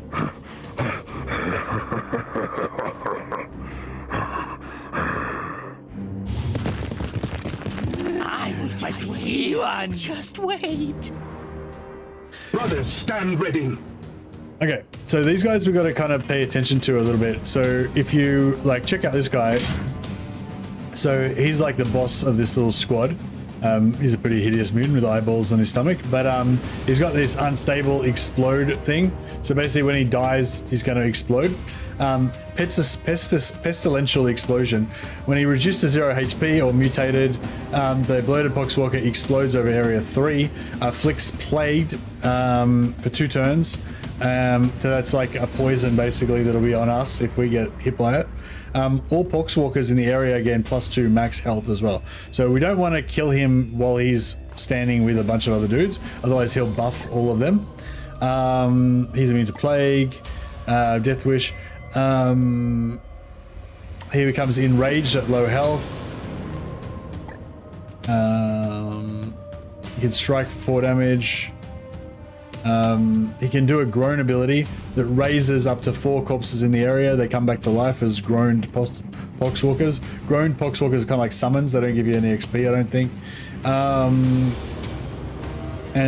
Yeah, so basically we don't want to leave him alive after we've killed dudes because he'll bring him back to life, but then we don't want to kill him while there's dudes around him, so because otherwise he'll buff them. So yeah, so it's like you want to kind of like kill him, but we want everyone around him to be already dead so that he doesn't buff them. So I think area 3 is like 3 squares from him, so 1, 2, 3. Yeah, I think area 1 is one square circle around him, area 2 is 2, and area 3 is like 3 squares. So these guys here would probably all get groaned, like all get +2 hit points if he dies. The only way we can stop that is if we crit him. If we do a crit on him and like disable his explosion or his groaning or whatever.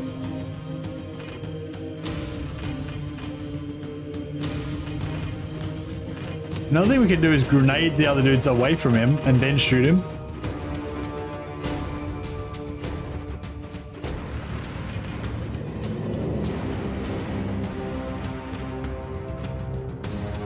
One option we could do as well is like come back.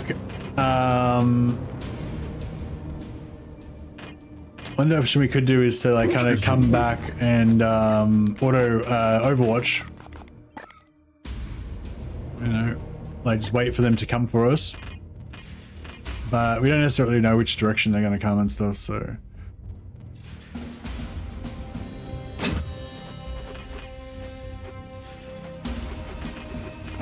We didn't spawn them in a super great area. Your orders.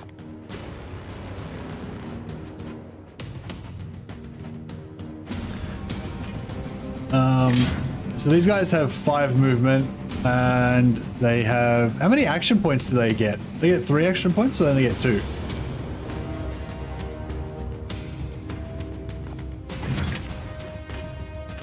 So he's going to move like 1, 2, 3, 4, 5. 1, 2, 3, 4, 5.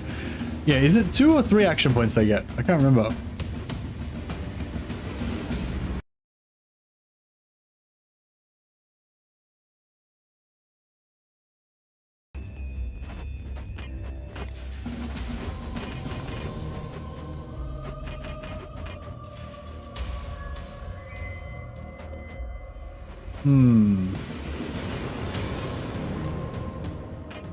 Yes, Commander.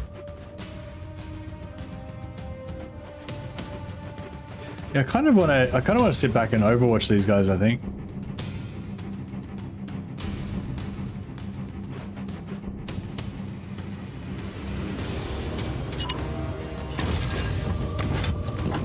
I don't think they're even going to make it this far, but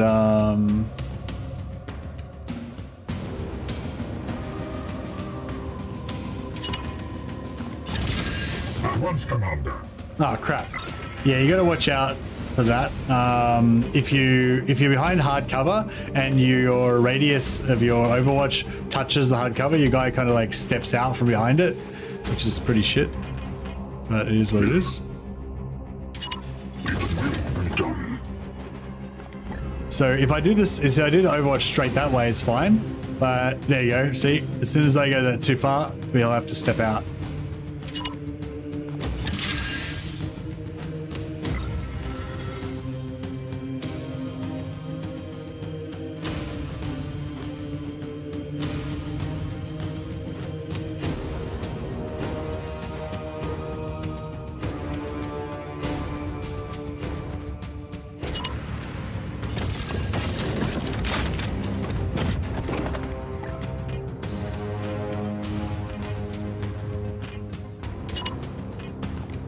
Securing position.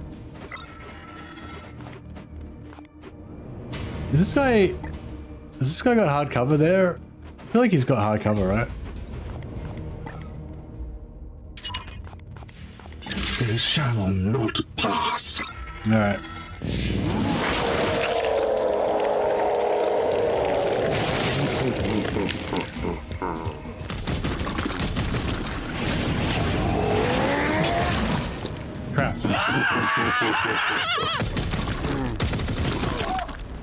The enemy weak.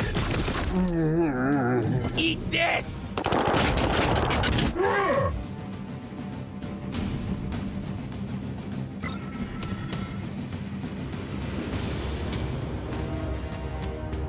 We got plagued, but it's okay. We got an apothecary. He can heal us.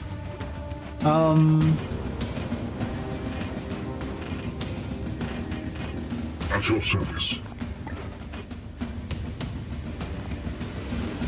Hits two guys, kills that guy and damages that guy, knocks him out of his it also knocks him out of his Overwatch, which is cool.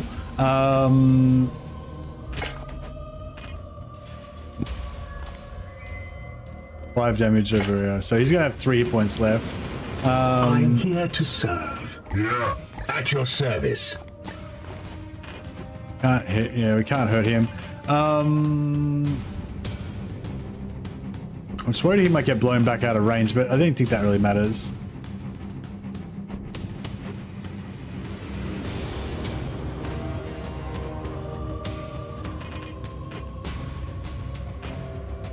Your orders?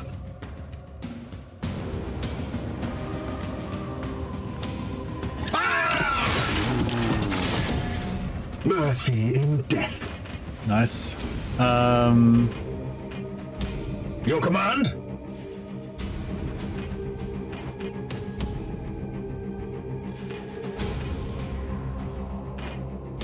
Your orders.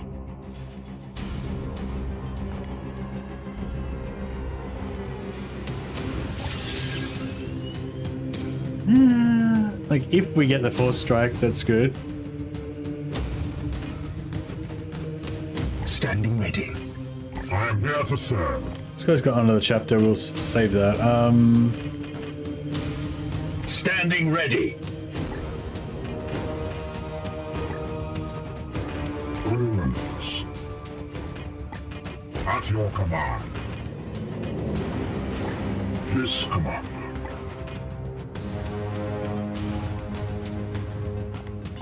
I am his. See them fall, brothers.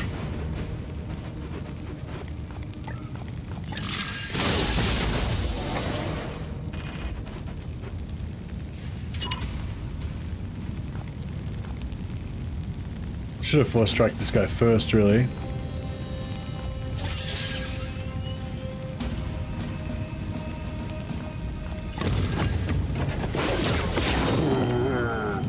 The Emperor's fury. No, so he got his point back. Guy's got 2 hit points, so an Overwatch would kill him. Praise the Emperor. My blade is ever ready. Yes, Commander.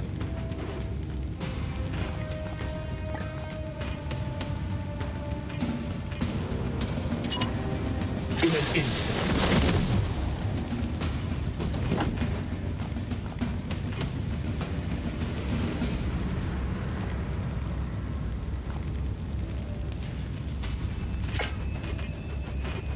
So we put him down to 4. Ready to serve.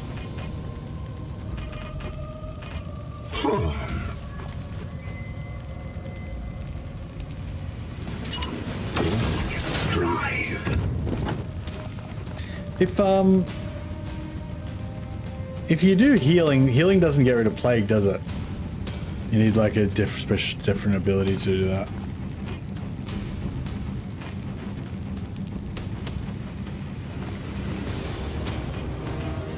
Yeah.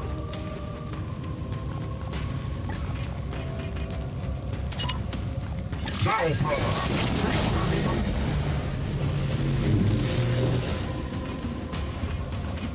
What is your will? Fall!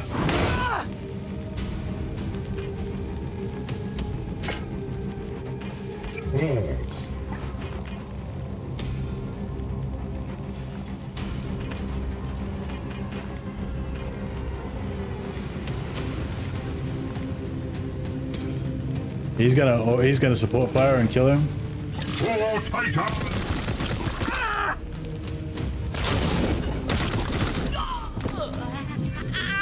Payload required.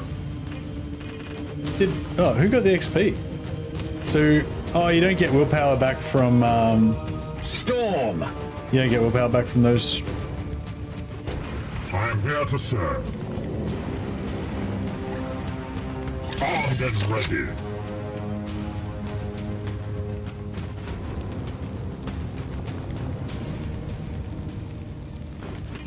At your service.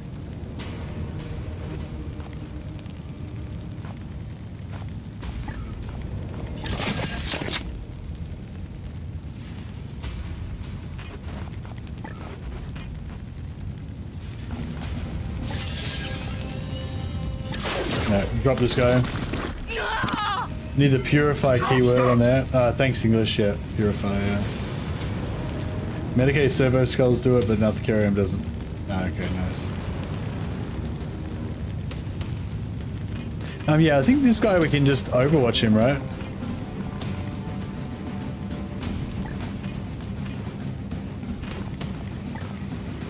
I don't know which way he's gonna go though. Is he gonna go this way?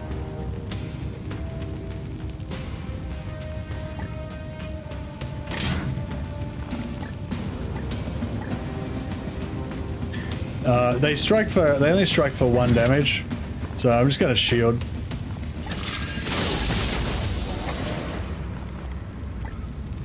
The Emperor protects.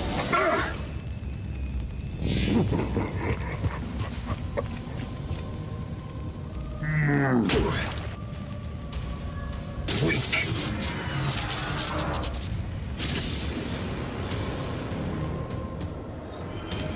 Okay. So we got reinforcements about to pop next turn. Reinforcements suck because it's like they're, even though they haven't come onto the screen yet, it's like they're already activated. So we don't get to reset the turn after we kill these guys, which is pretty suck. Yes, Commander. Yes, Commander.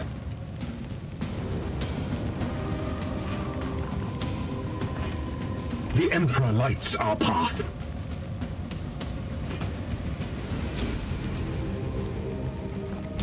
Kneel!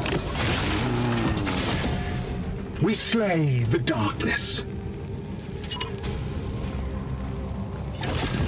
Ah! So to the unworthy.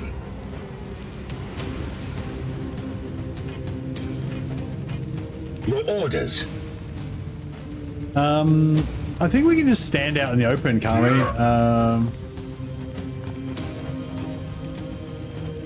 Actually, no, if we stand out in the open, then they'll, they get an automatic shot when they spawn, don't they? Not sure how close do they have to be.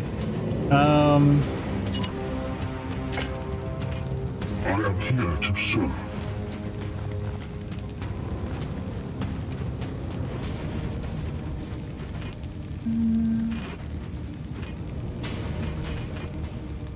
Like I kind of want to set up. I kind of want to sit up here and put Overwatch on the entrance, but I don't know if that's actually going to work.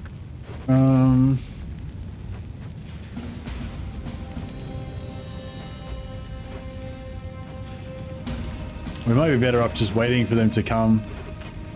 Because we can just get down here behind. On my way. Let's get down here behind full cover. I am here to serve.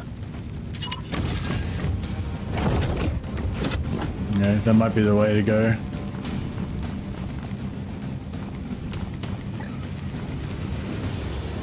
Weapon rearmed.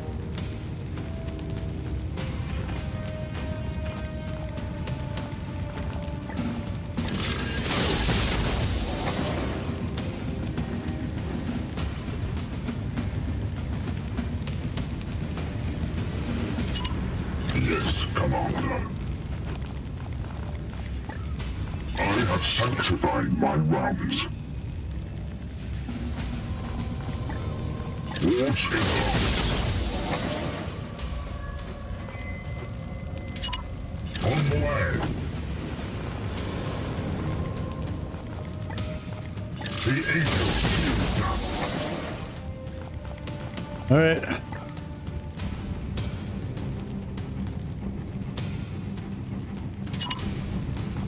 I will fire when ready.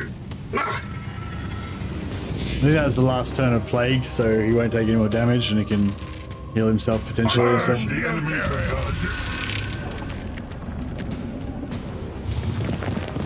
this way, out of sight.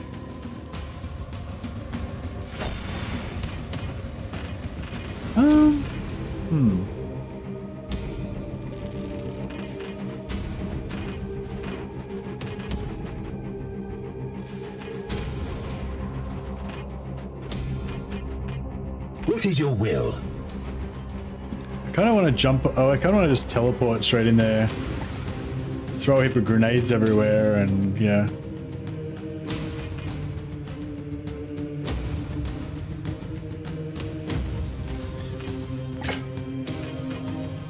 Come on.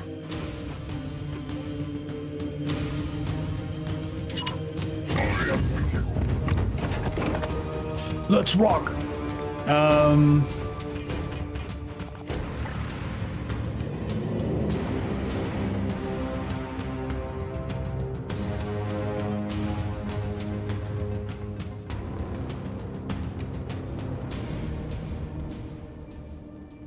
It's pretty far away.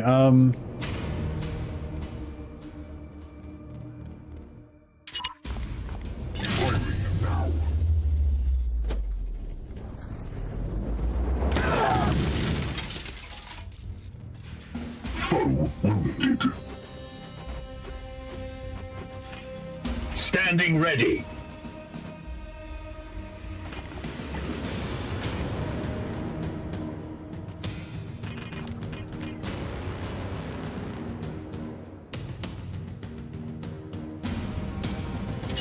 This is pretty. This is probably a pretty hairy maneuver, but At your command. What is your will?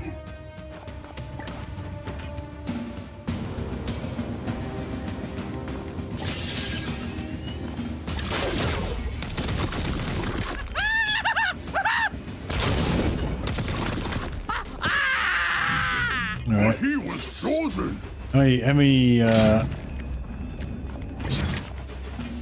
Your command? so he's got 2 bullets left. That seems out of position. Yeah, it does seem out of position, doesn't it?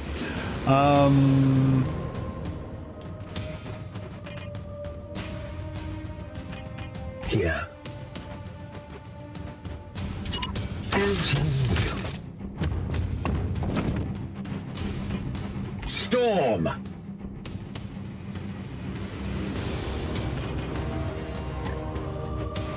My blade is yours. You got no ammo. Fuck off. I am here to serve.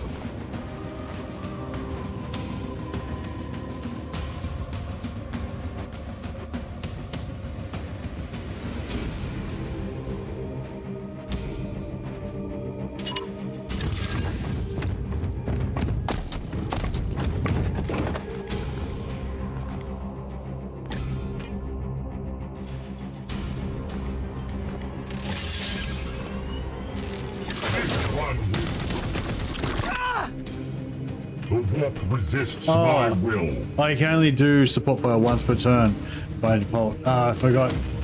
Yeah, you can get autos to let you do more support fires, but we don't have them.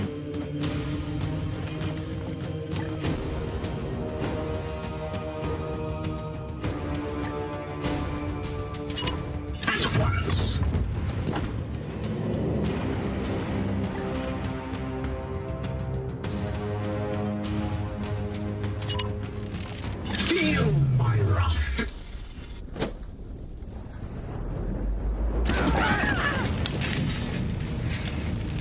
Death makes us stronger. I am here to at your service. Standing ready.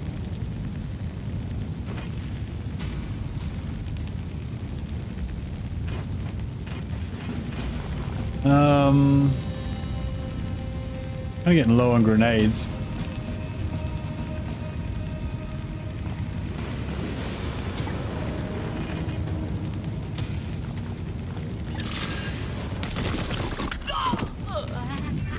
foe to the unworthy. Oh.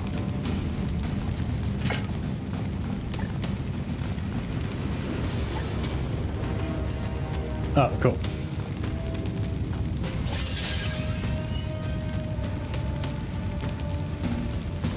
I don't think we need to force strike him.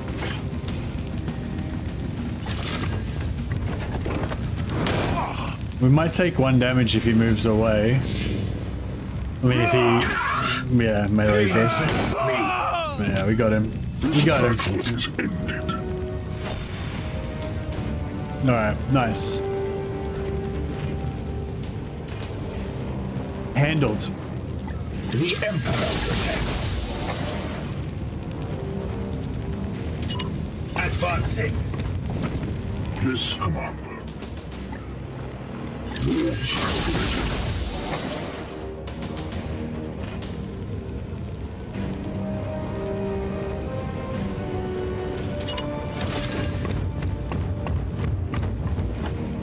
Ready to serve. So yeah, I think we can push this up to.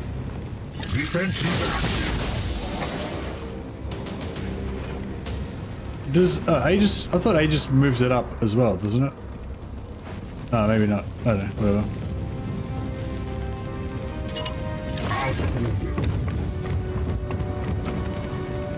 Your orders? Yeah, we'll heal ourselves. Get rid of those wounds.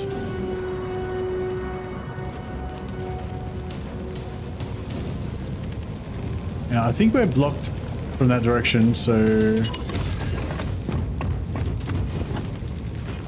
we could try and activate them, but I don't think it will. Yes, sir.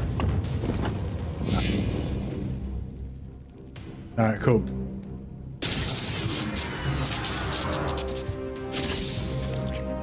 -1 maximum willpower for the remainder of the mission. That's all right. Most of our guys had already used 1 willpower, so we didn't lose anything from that. If we were still, if we hadn't spent any, we would have lost, you know, we would have lost a willpower point. That's all right. Wards activated. I am here to serve the Emperor. Yeah, I guess the only bad thing about shielding up all the time is it's pushing up the warp surge, so that you know, we can actually get extra debuffs, basically, or negative events from just, you know, pumping it up. Your command? Yes.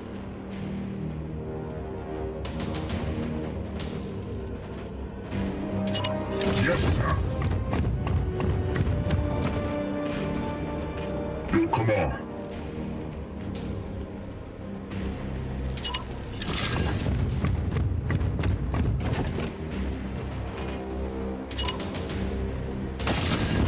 Hey, Jungle Bear. Yeah, that's exactly what it is. It's essentially very similar to XCOM 2, but with but it's yeah, it's 40k XCOM 2. I'd say if you like XCOM 2, it's like pretty much exactly the same. The only thing is, like, not exactly the same, but it's like exactly the same level of complexity and stuff, you know. Although there's more interesting magic items, there's more interesting items in this game, sort of. I suppose you have attachments and stuff. I don't know. Yeah, it's the itemization's comparable. The main difference is when you shoot, instead of having a % chance to hit, like, so in XCOM, if you're behind low cover, it reduces the chance to hit you by 20%, and if you're behind high cover, I think it reduces the chance to hit you by 40%, and then if you like huddle down or whatever behind cover, then you get extra, you know, % chance. With this, it's like if you're behind cover, if you're behind light cover, it reduces the damage by 1. If you're behind heavy cover, or if you it reduces damage by half, I think. And if you're behind heavy cover, it reduces damage to 0. So you have to be able to flank, otherwise you can't do any damage. You can never hit somebody with damage if they're behind cover. And also the range, instead of reducing accuracy at range, you do full damage at short range, you do -1 damage at medium range, I think it is, and -2 damage at, or -3 damage or whatever. Like as the ranges progress, your damage gets lower and lower until once it's out of range, you know, it's 0 damage. So yeah, so basically it's like, yeah, XCOM has a % chance. This just has like a damage penalty essentially when you're out of range. It's it's a really cool game, especially if you like Warhammer 40k and you like Space Marines and Grey Knights. The Emperor protects. At your command. Shield activated. All right, we'll activate these guys this time round. Your orders. Standing ready. At your command.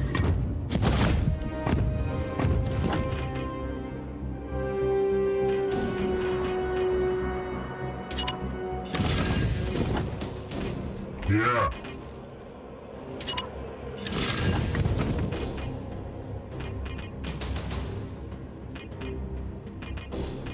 What is your will? I think we can move this guy right up here because I think this here is going to block their line of sight. So I think we could probably sneak right up to here, kind of thing. We'll try anyway. At once. Yep, still good. All right, I'll try to sneak to like here. No, all right. That's cool. We got close.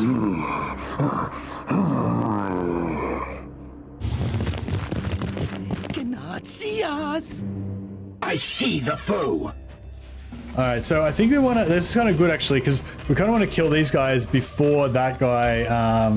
Before we kill that guy, because when we kill that guy, I think it's going to trigger the sort of end of the mission type of thing. Oh, I just realized we don't really want to be standing next to that.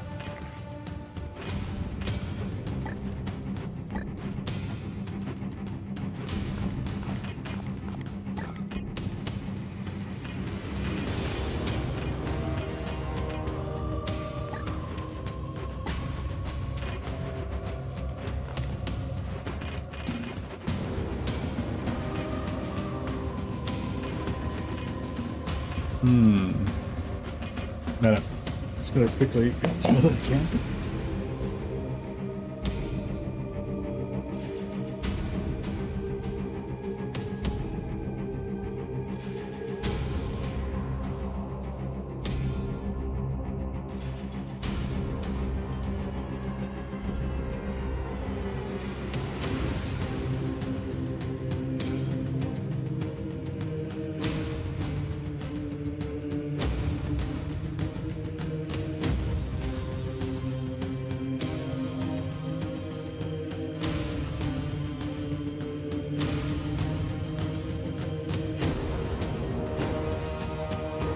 I feel like the music. I feel like the music. Chelsea is back. Yeah, I feel like the music like cranks up when you're in the battles, and it's like too loud.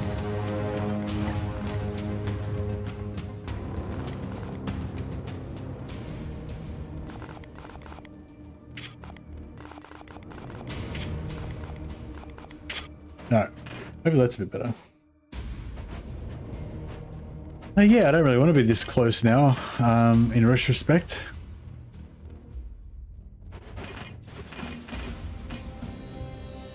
Well, my music slaps, don't worry. Fair enough, fair enough.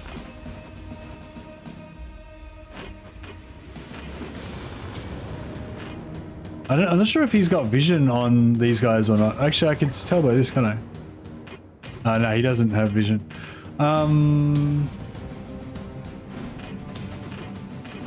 I really want to go. Ah, man, this is annoying. I want to jump over here and kill those guys, but I also want to shoot these guys. I guess I could shoot that guy. But then we could blow that guy up with this anyway, so we don't really need to shoot that guy. God damn.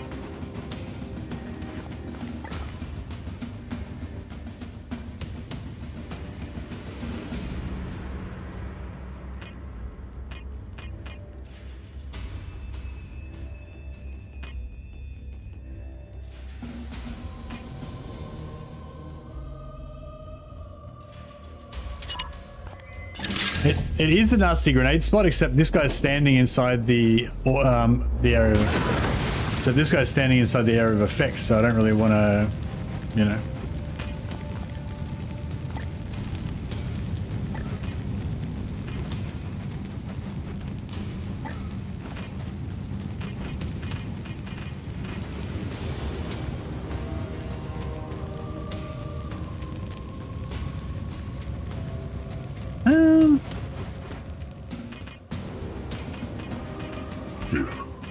ready to serve.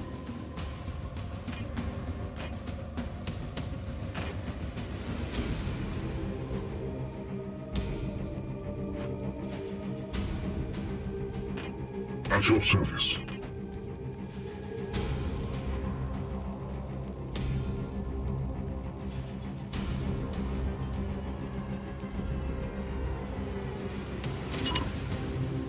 Advance.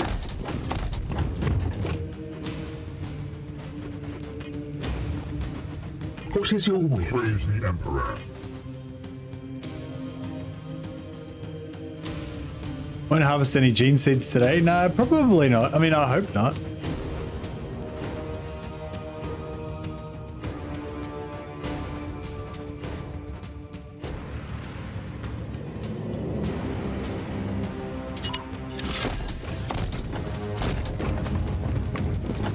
I think we're just gonna have to pull this guy back.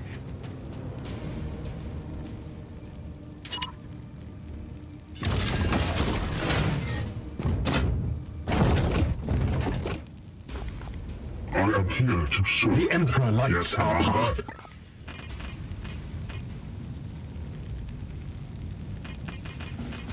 Standing ready. Yes, Commander.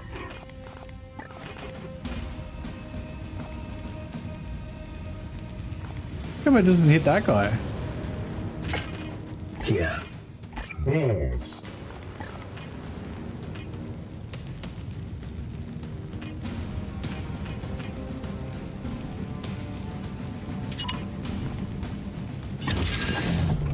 Blow all these guys forward, back towards us. Alright, beautiful. And then The enemy is wounded. Here. we'll shoot that.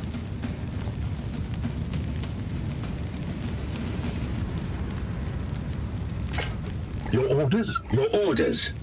Your command.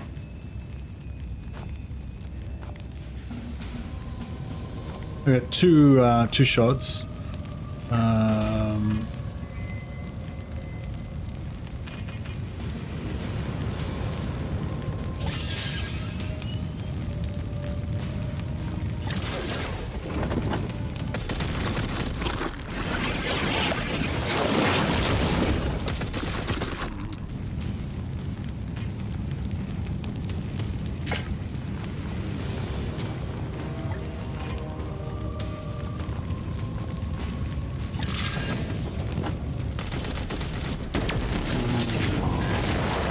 You have been judged.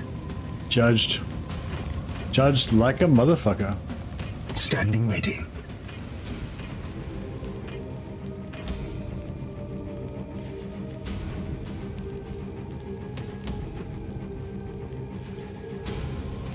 All right. Taking position.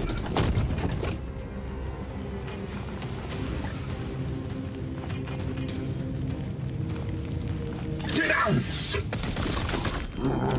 Have you seen Jagged Alliance 3? No, I haven't actually. I mean, I've seen it, but I haven't played it though. But yeah, one of the guys who used to watch this channel actually worked on that game. Yeah, I can't remember his name now. But yeah, he's. I don't know. I haven't seen him in ages. Not around anymore, I guess.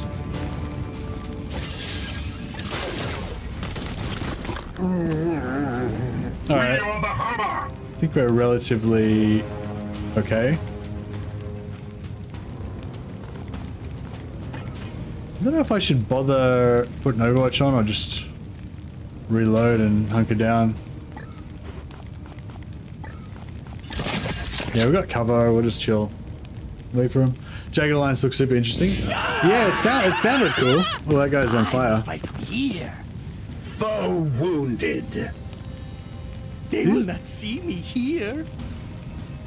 Attack! Kill them all! Get out of there! That guy's a zealot. He just ran through the fire. What a madman.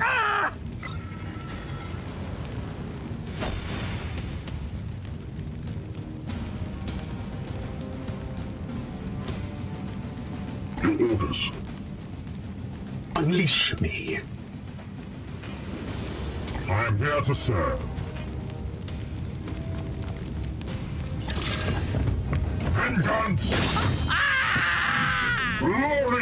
Ready for Menace to release? Yeah. When's it, is there a release date yet, or is it still just to be announced?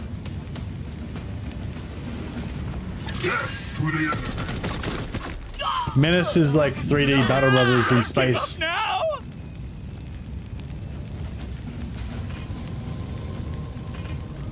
Still says 2024. Oh, okay. Storm. Okay, so we can run up there and use all of our action points, or we can teleport.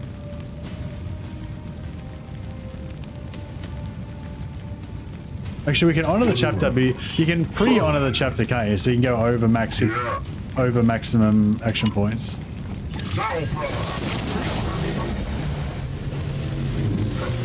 Cannot focus. Thinking near Christmas, unless they push it back more. Yeah. Tried Wasteland 3. I've got Wasteland 3, but I don't know. I didn't really get into it that much for some reason. I'm not sure why. I think I just didn't really like the background of it, or like, yeah, I don't know.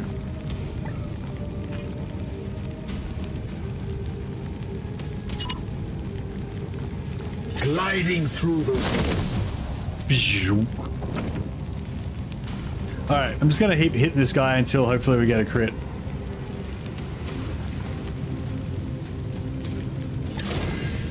Oh yeah, fucking crit straight up. Sir, Commander, I trust your men to observe the samples. Do return them to the edict at once. I've claimed a seed. Wasteland's a game that's more enjoyable played in combat, in co-op, like Baldur's Gate. Okay, is the co-op as good as Baldur's Gate?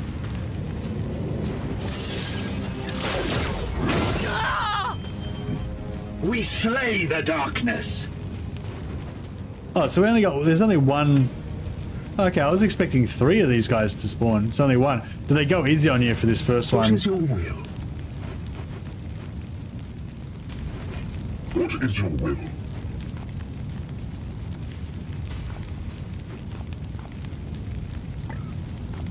The Emperor protects.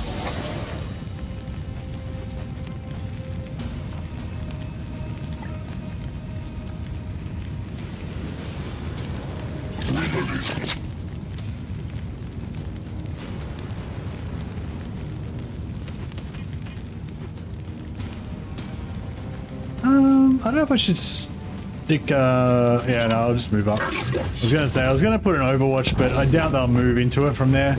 We'd have to, I think we have to be a lot closer.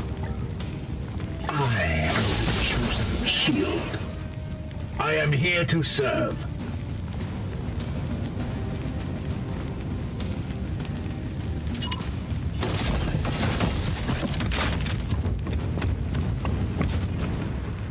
Praise the end. My blade is ever ready.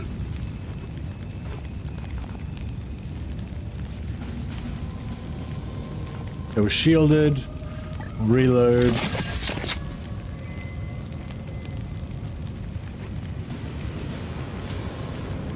And yeah, I guess we'll just seeking the tainted. Get heavy cover there. Oh, we've still got more pods. Shit. Foul heresy approaches. Wasteland Brawler build. Oh, can you, with Brawler, can you get like, is that like just punching, or can you use daggers or something, or what?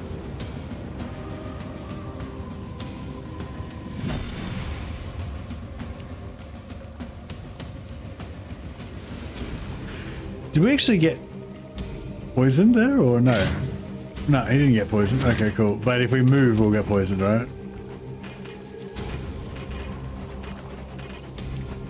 I feel like we're a little bit kind of surrounded here.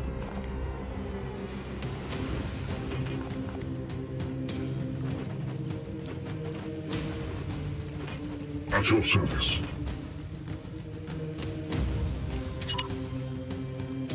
Advancing. Wards enhanced.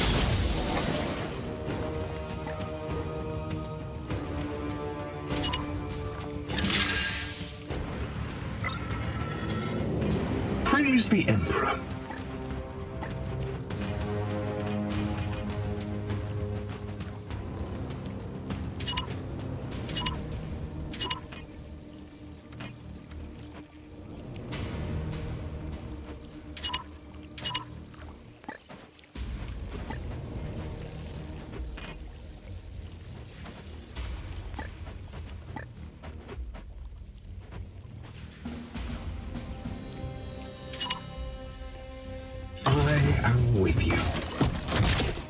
We'll try and get a bit of an Overwatch thing going on here. I will fire when ready. They're full melee, so we should be pretty sweet, I think.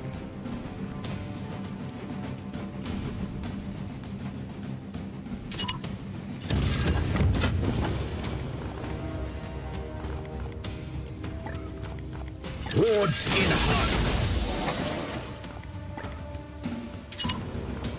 Ready to fire.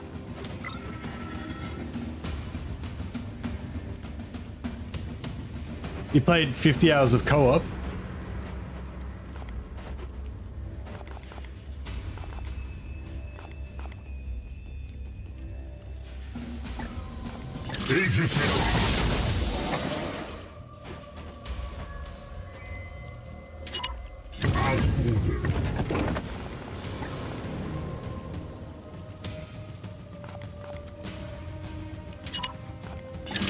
Wow, that sounds cool.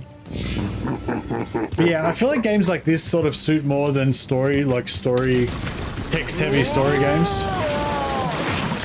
That was good. Oh, what happened to our Overwatch? Oh well.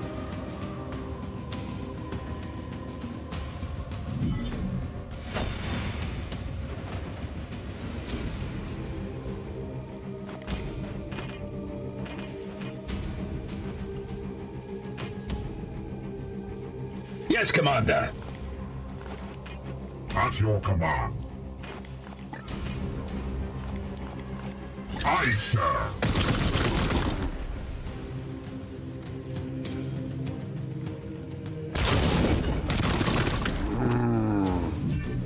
Very good. We are.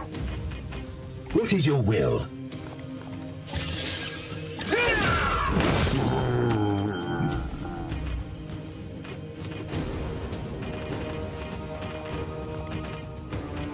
Your orders? Vengeance! Vengeance! I am the Emperor's fury! Standing ready.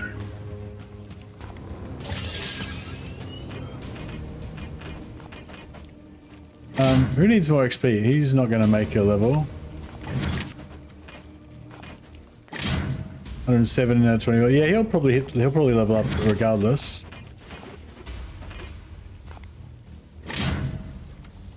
He's not on my team. He's not going to level up no matter what. And he is not going to level up no matter what. Alright, well, I guess we'll just power this guy up.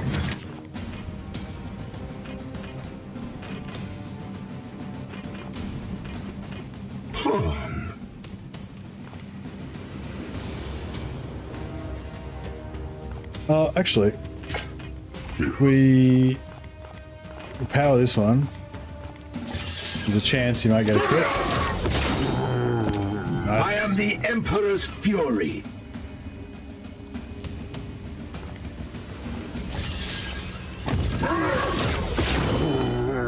Threat eliminated. Alright, nice.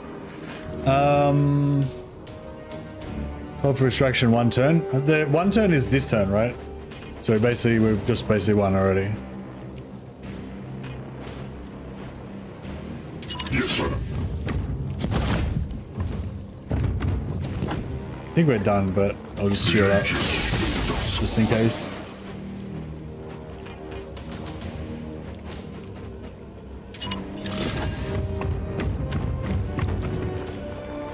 Actually, if we wanted to try and activate that pod and kill a bit more.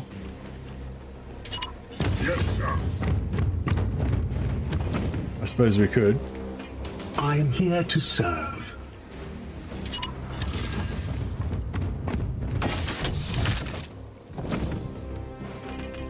Yes.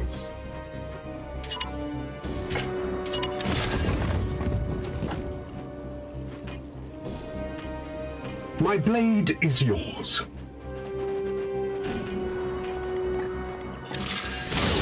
I think we're done. I could jump him. I could jump him to like there and we'd activate the pod. Still got a grenade left. Is that... will we have hard cover there?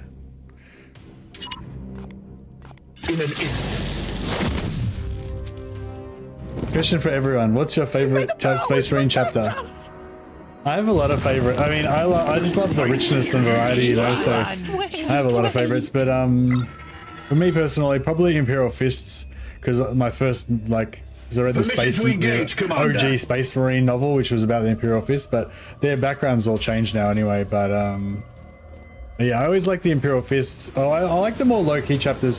I like the Imperial Fists and I like the Black Templars because I feel like they're a bit more, especially the Black Templars, a bit more grimy and kind of down to earth. Whereas, you know, like the Grey Knights, I feel like Grey Knights are kind of like super warriors, you know, but like, I don't know. Yeah, I don't know. I like something about even though all Space Marines are basically godlike, but yeah, I feel like I love the Crimson Fists and Imperial Fists and just all of the Imperial Fist successors really. Rogodorn was pretty cool. Rogodorn has like the best quote. Can we get some more XP here or what? Where can I want to get a little bit more XP. Your command?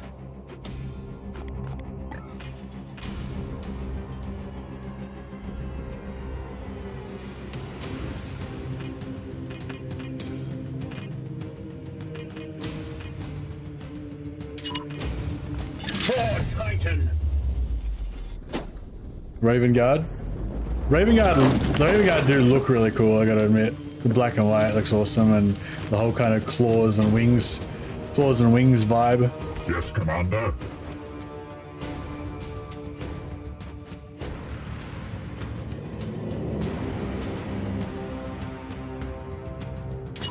Moving now. At your service.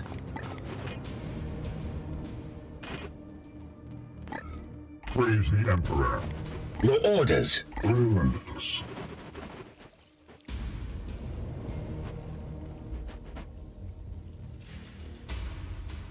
You can't really get close enough to do anything.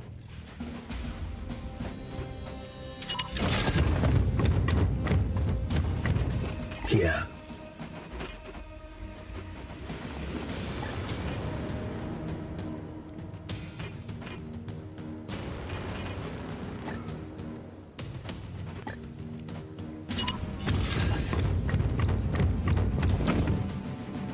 Love the Blood Angels from Battle Sector. It was the first time I fully dived into a story in 40k.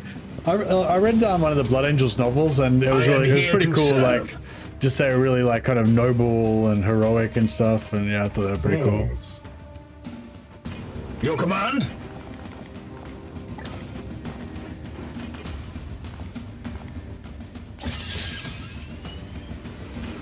I can't really do anything unless I'm willing to take damage.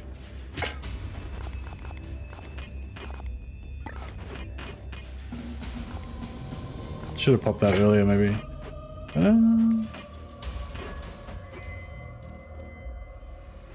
Yeah, nah, I think we'll just GTFO. Chaos Space Marines. Oh, that's a hard one. If it was Chaos Space Marines, then probably Night Lords would be my favorite, and Iron Warriors would be my second, or maybe Iron Warriors would be my first, and Night Lords would be my second. One or the other. Yeah, it's kind of Christian and vampire mythology mixed together. Yeah, they're cool. Like, I don't know.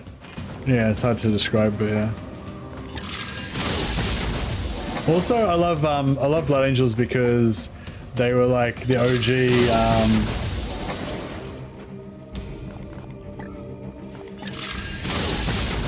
I love Blood Angels as well because they were the OG Space Hulk chapter.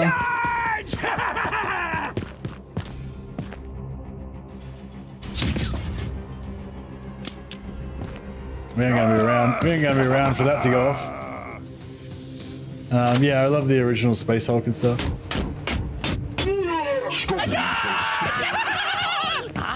I don't know much about the Red Corsairs. I know the name from like way back in the day. They're like a really old chapter, but I yeah, I don't know much about them. The angels shall fall! Beginning teleportation.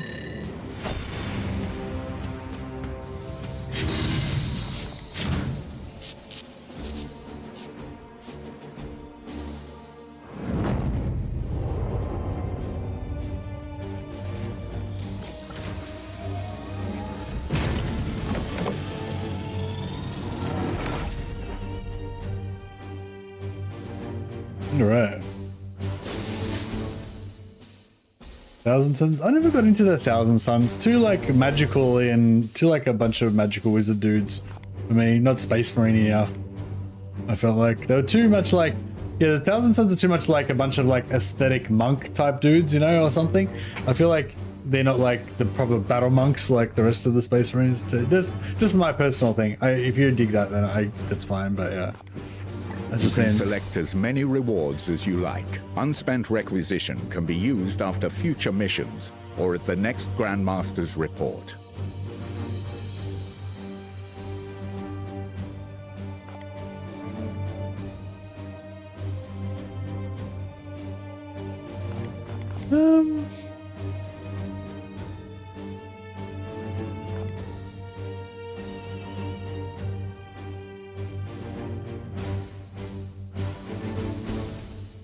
Yeah, I don't think I want any of these things, so I think we can leave that.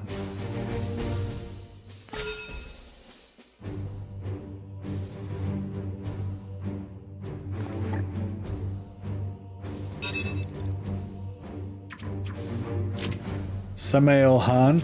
Maybe I'll leave that for next time. Serve the Emperor well. So now we've got a seed, and we can unlock researchers and stuff.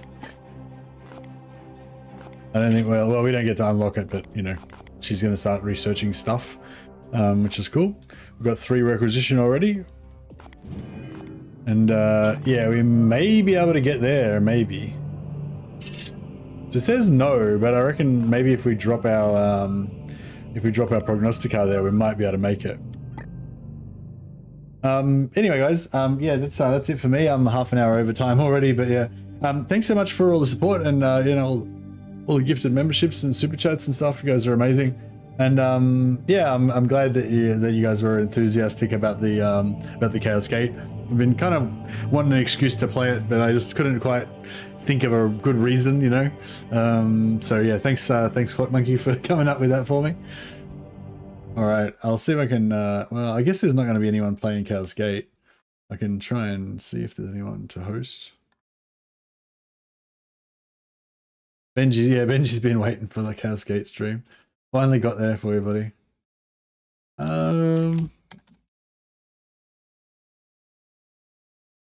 No one's playing Chaos Gate.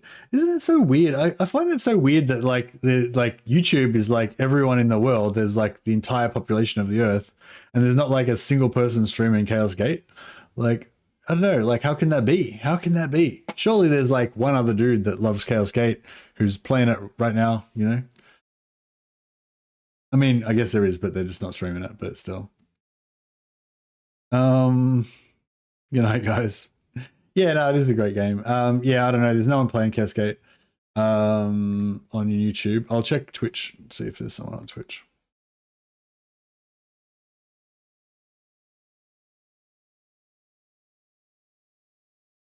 Only I am playing Chaos Gate, apparently.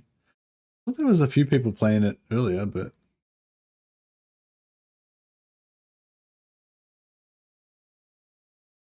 Pathfinder, Wrath of the Righteous.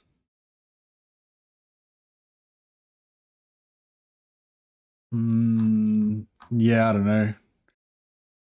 I'll chuck a host over to Smudge Punch on Twitch, and chuck a host who's playing. He's playing Total War, but I'm sure most of you guys are Total War fans, so hopefully that'll work. And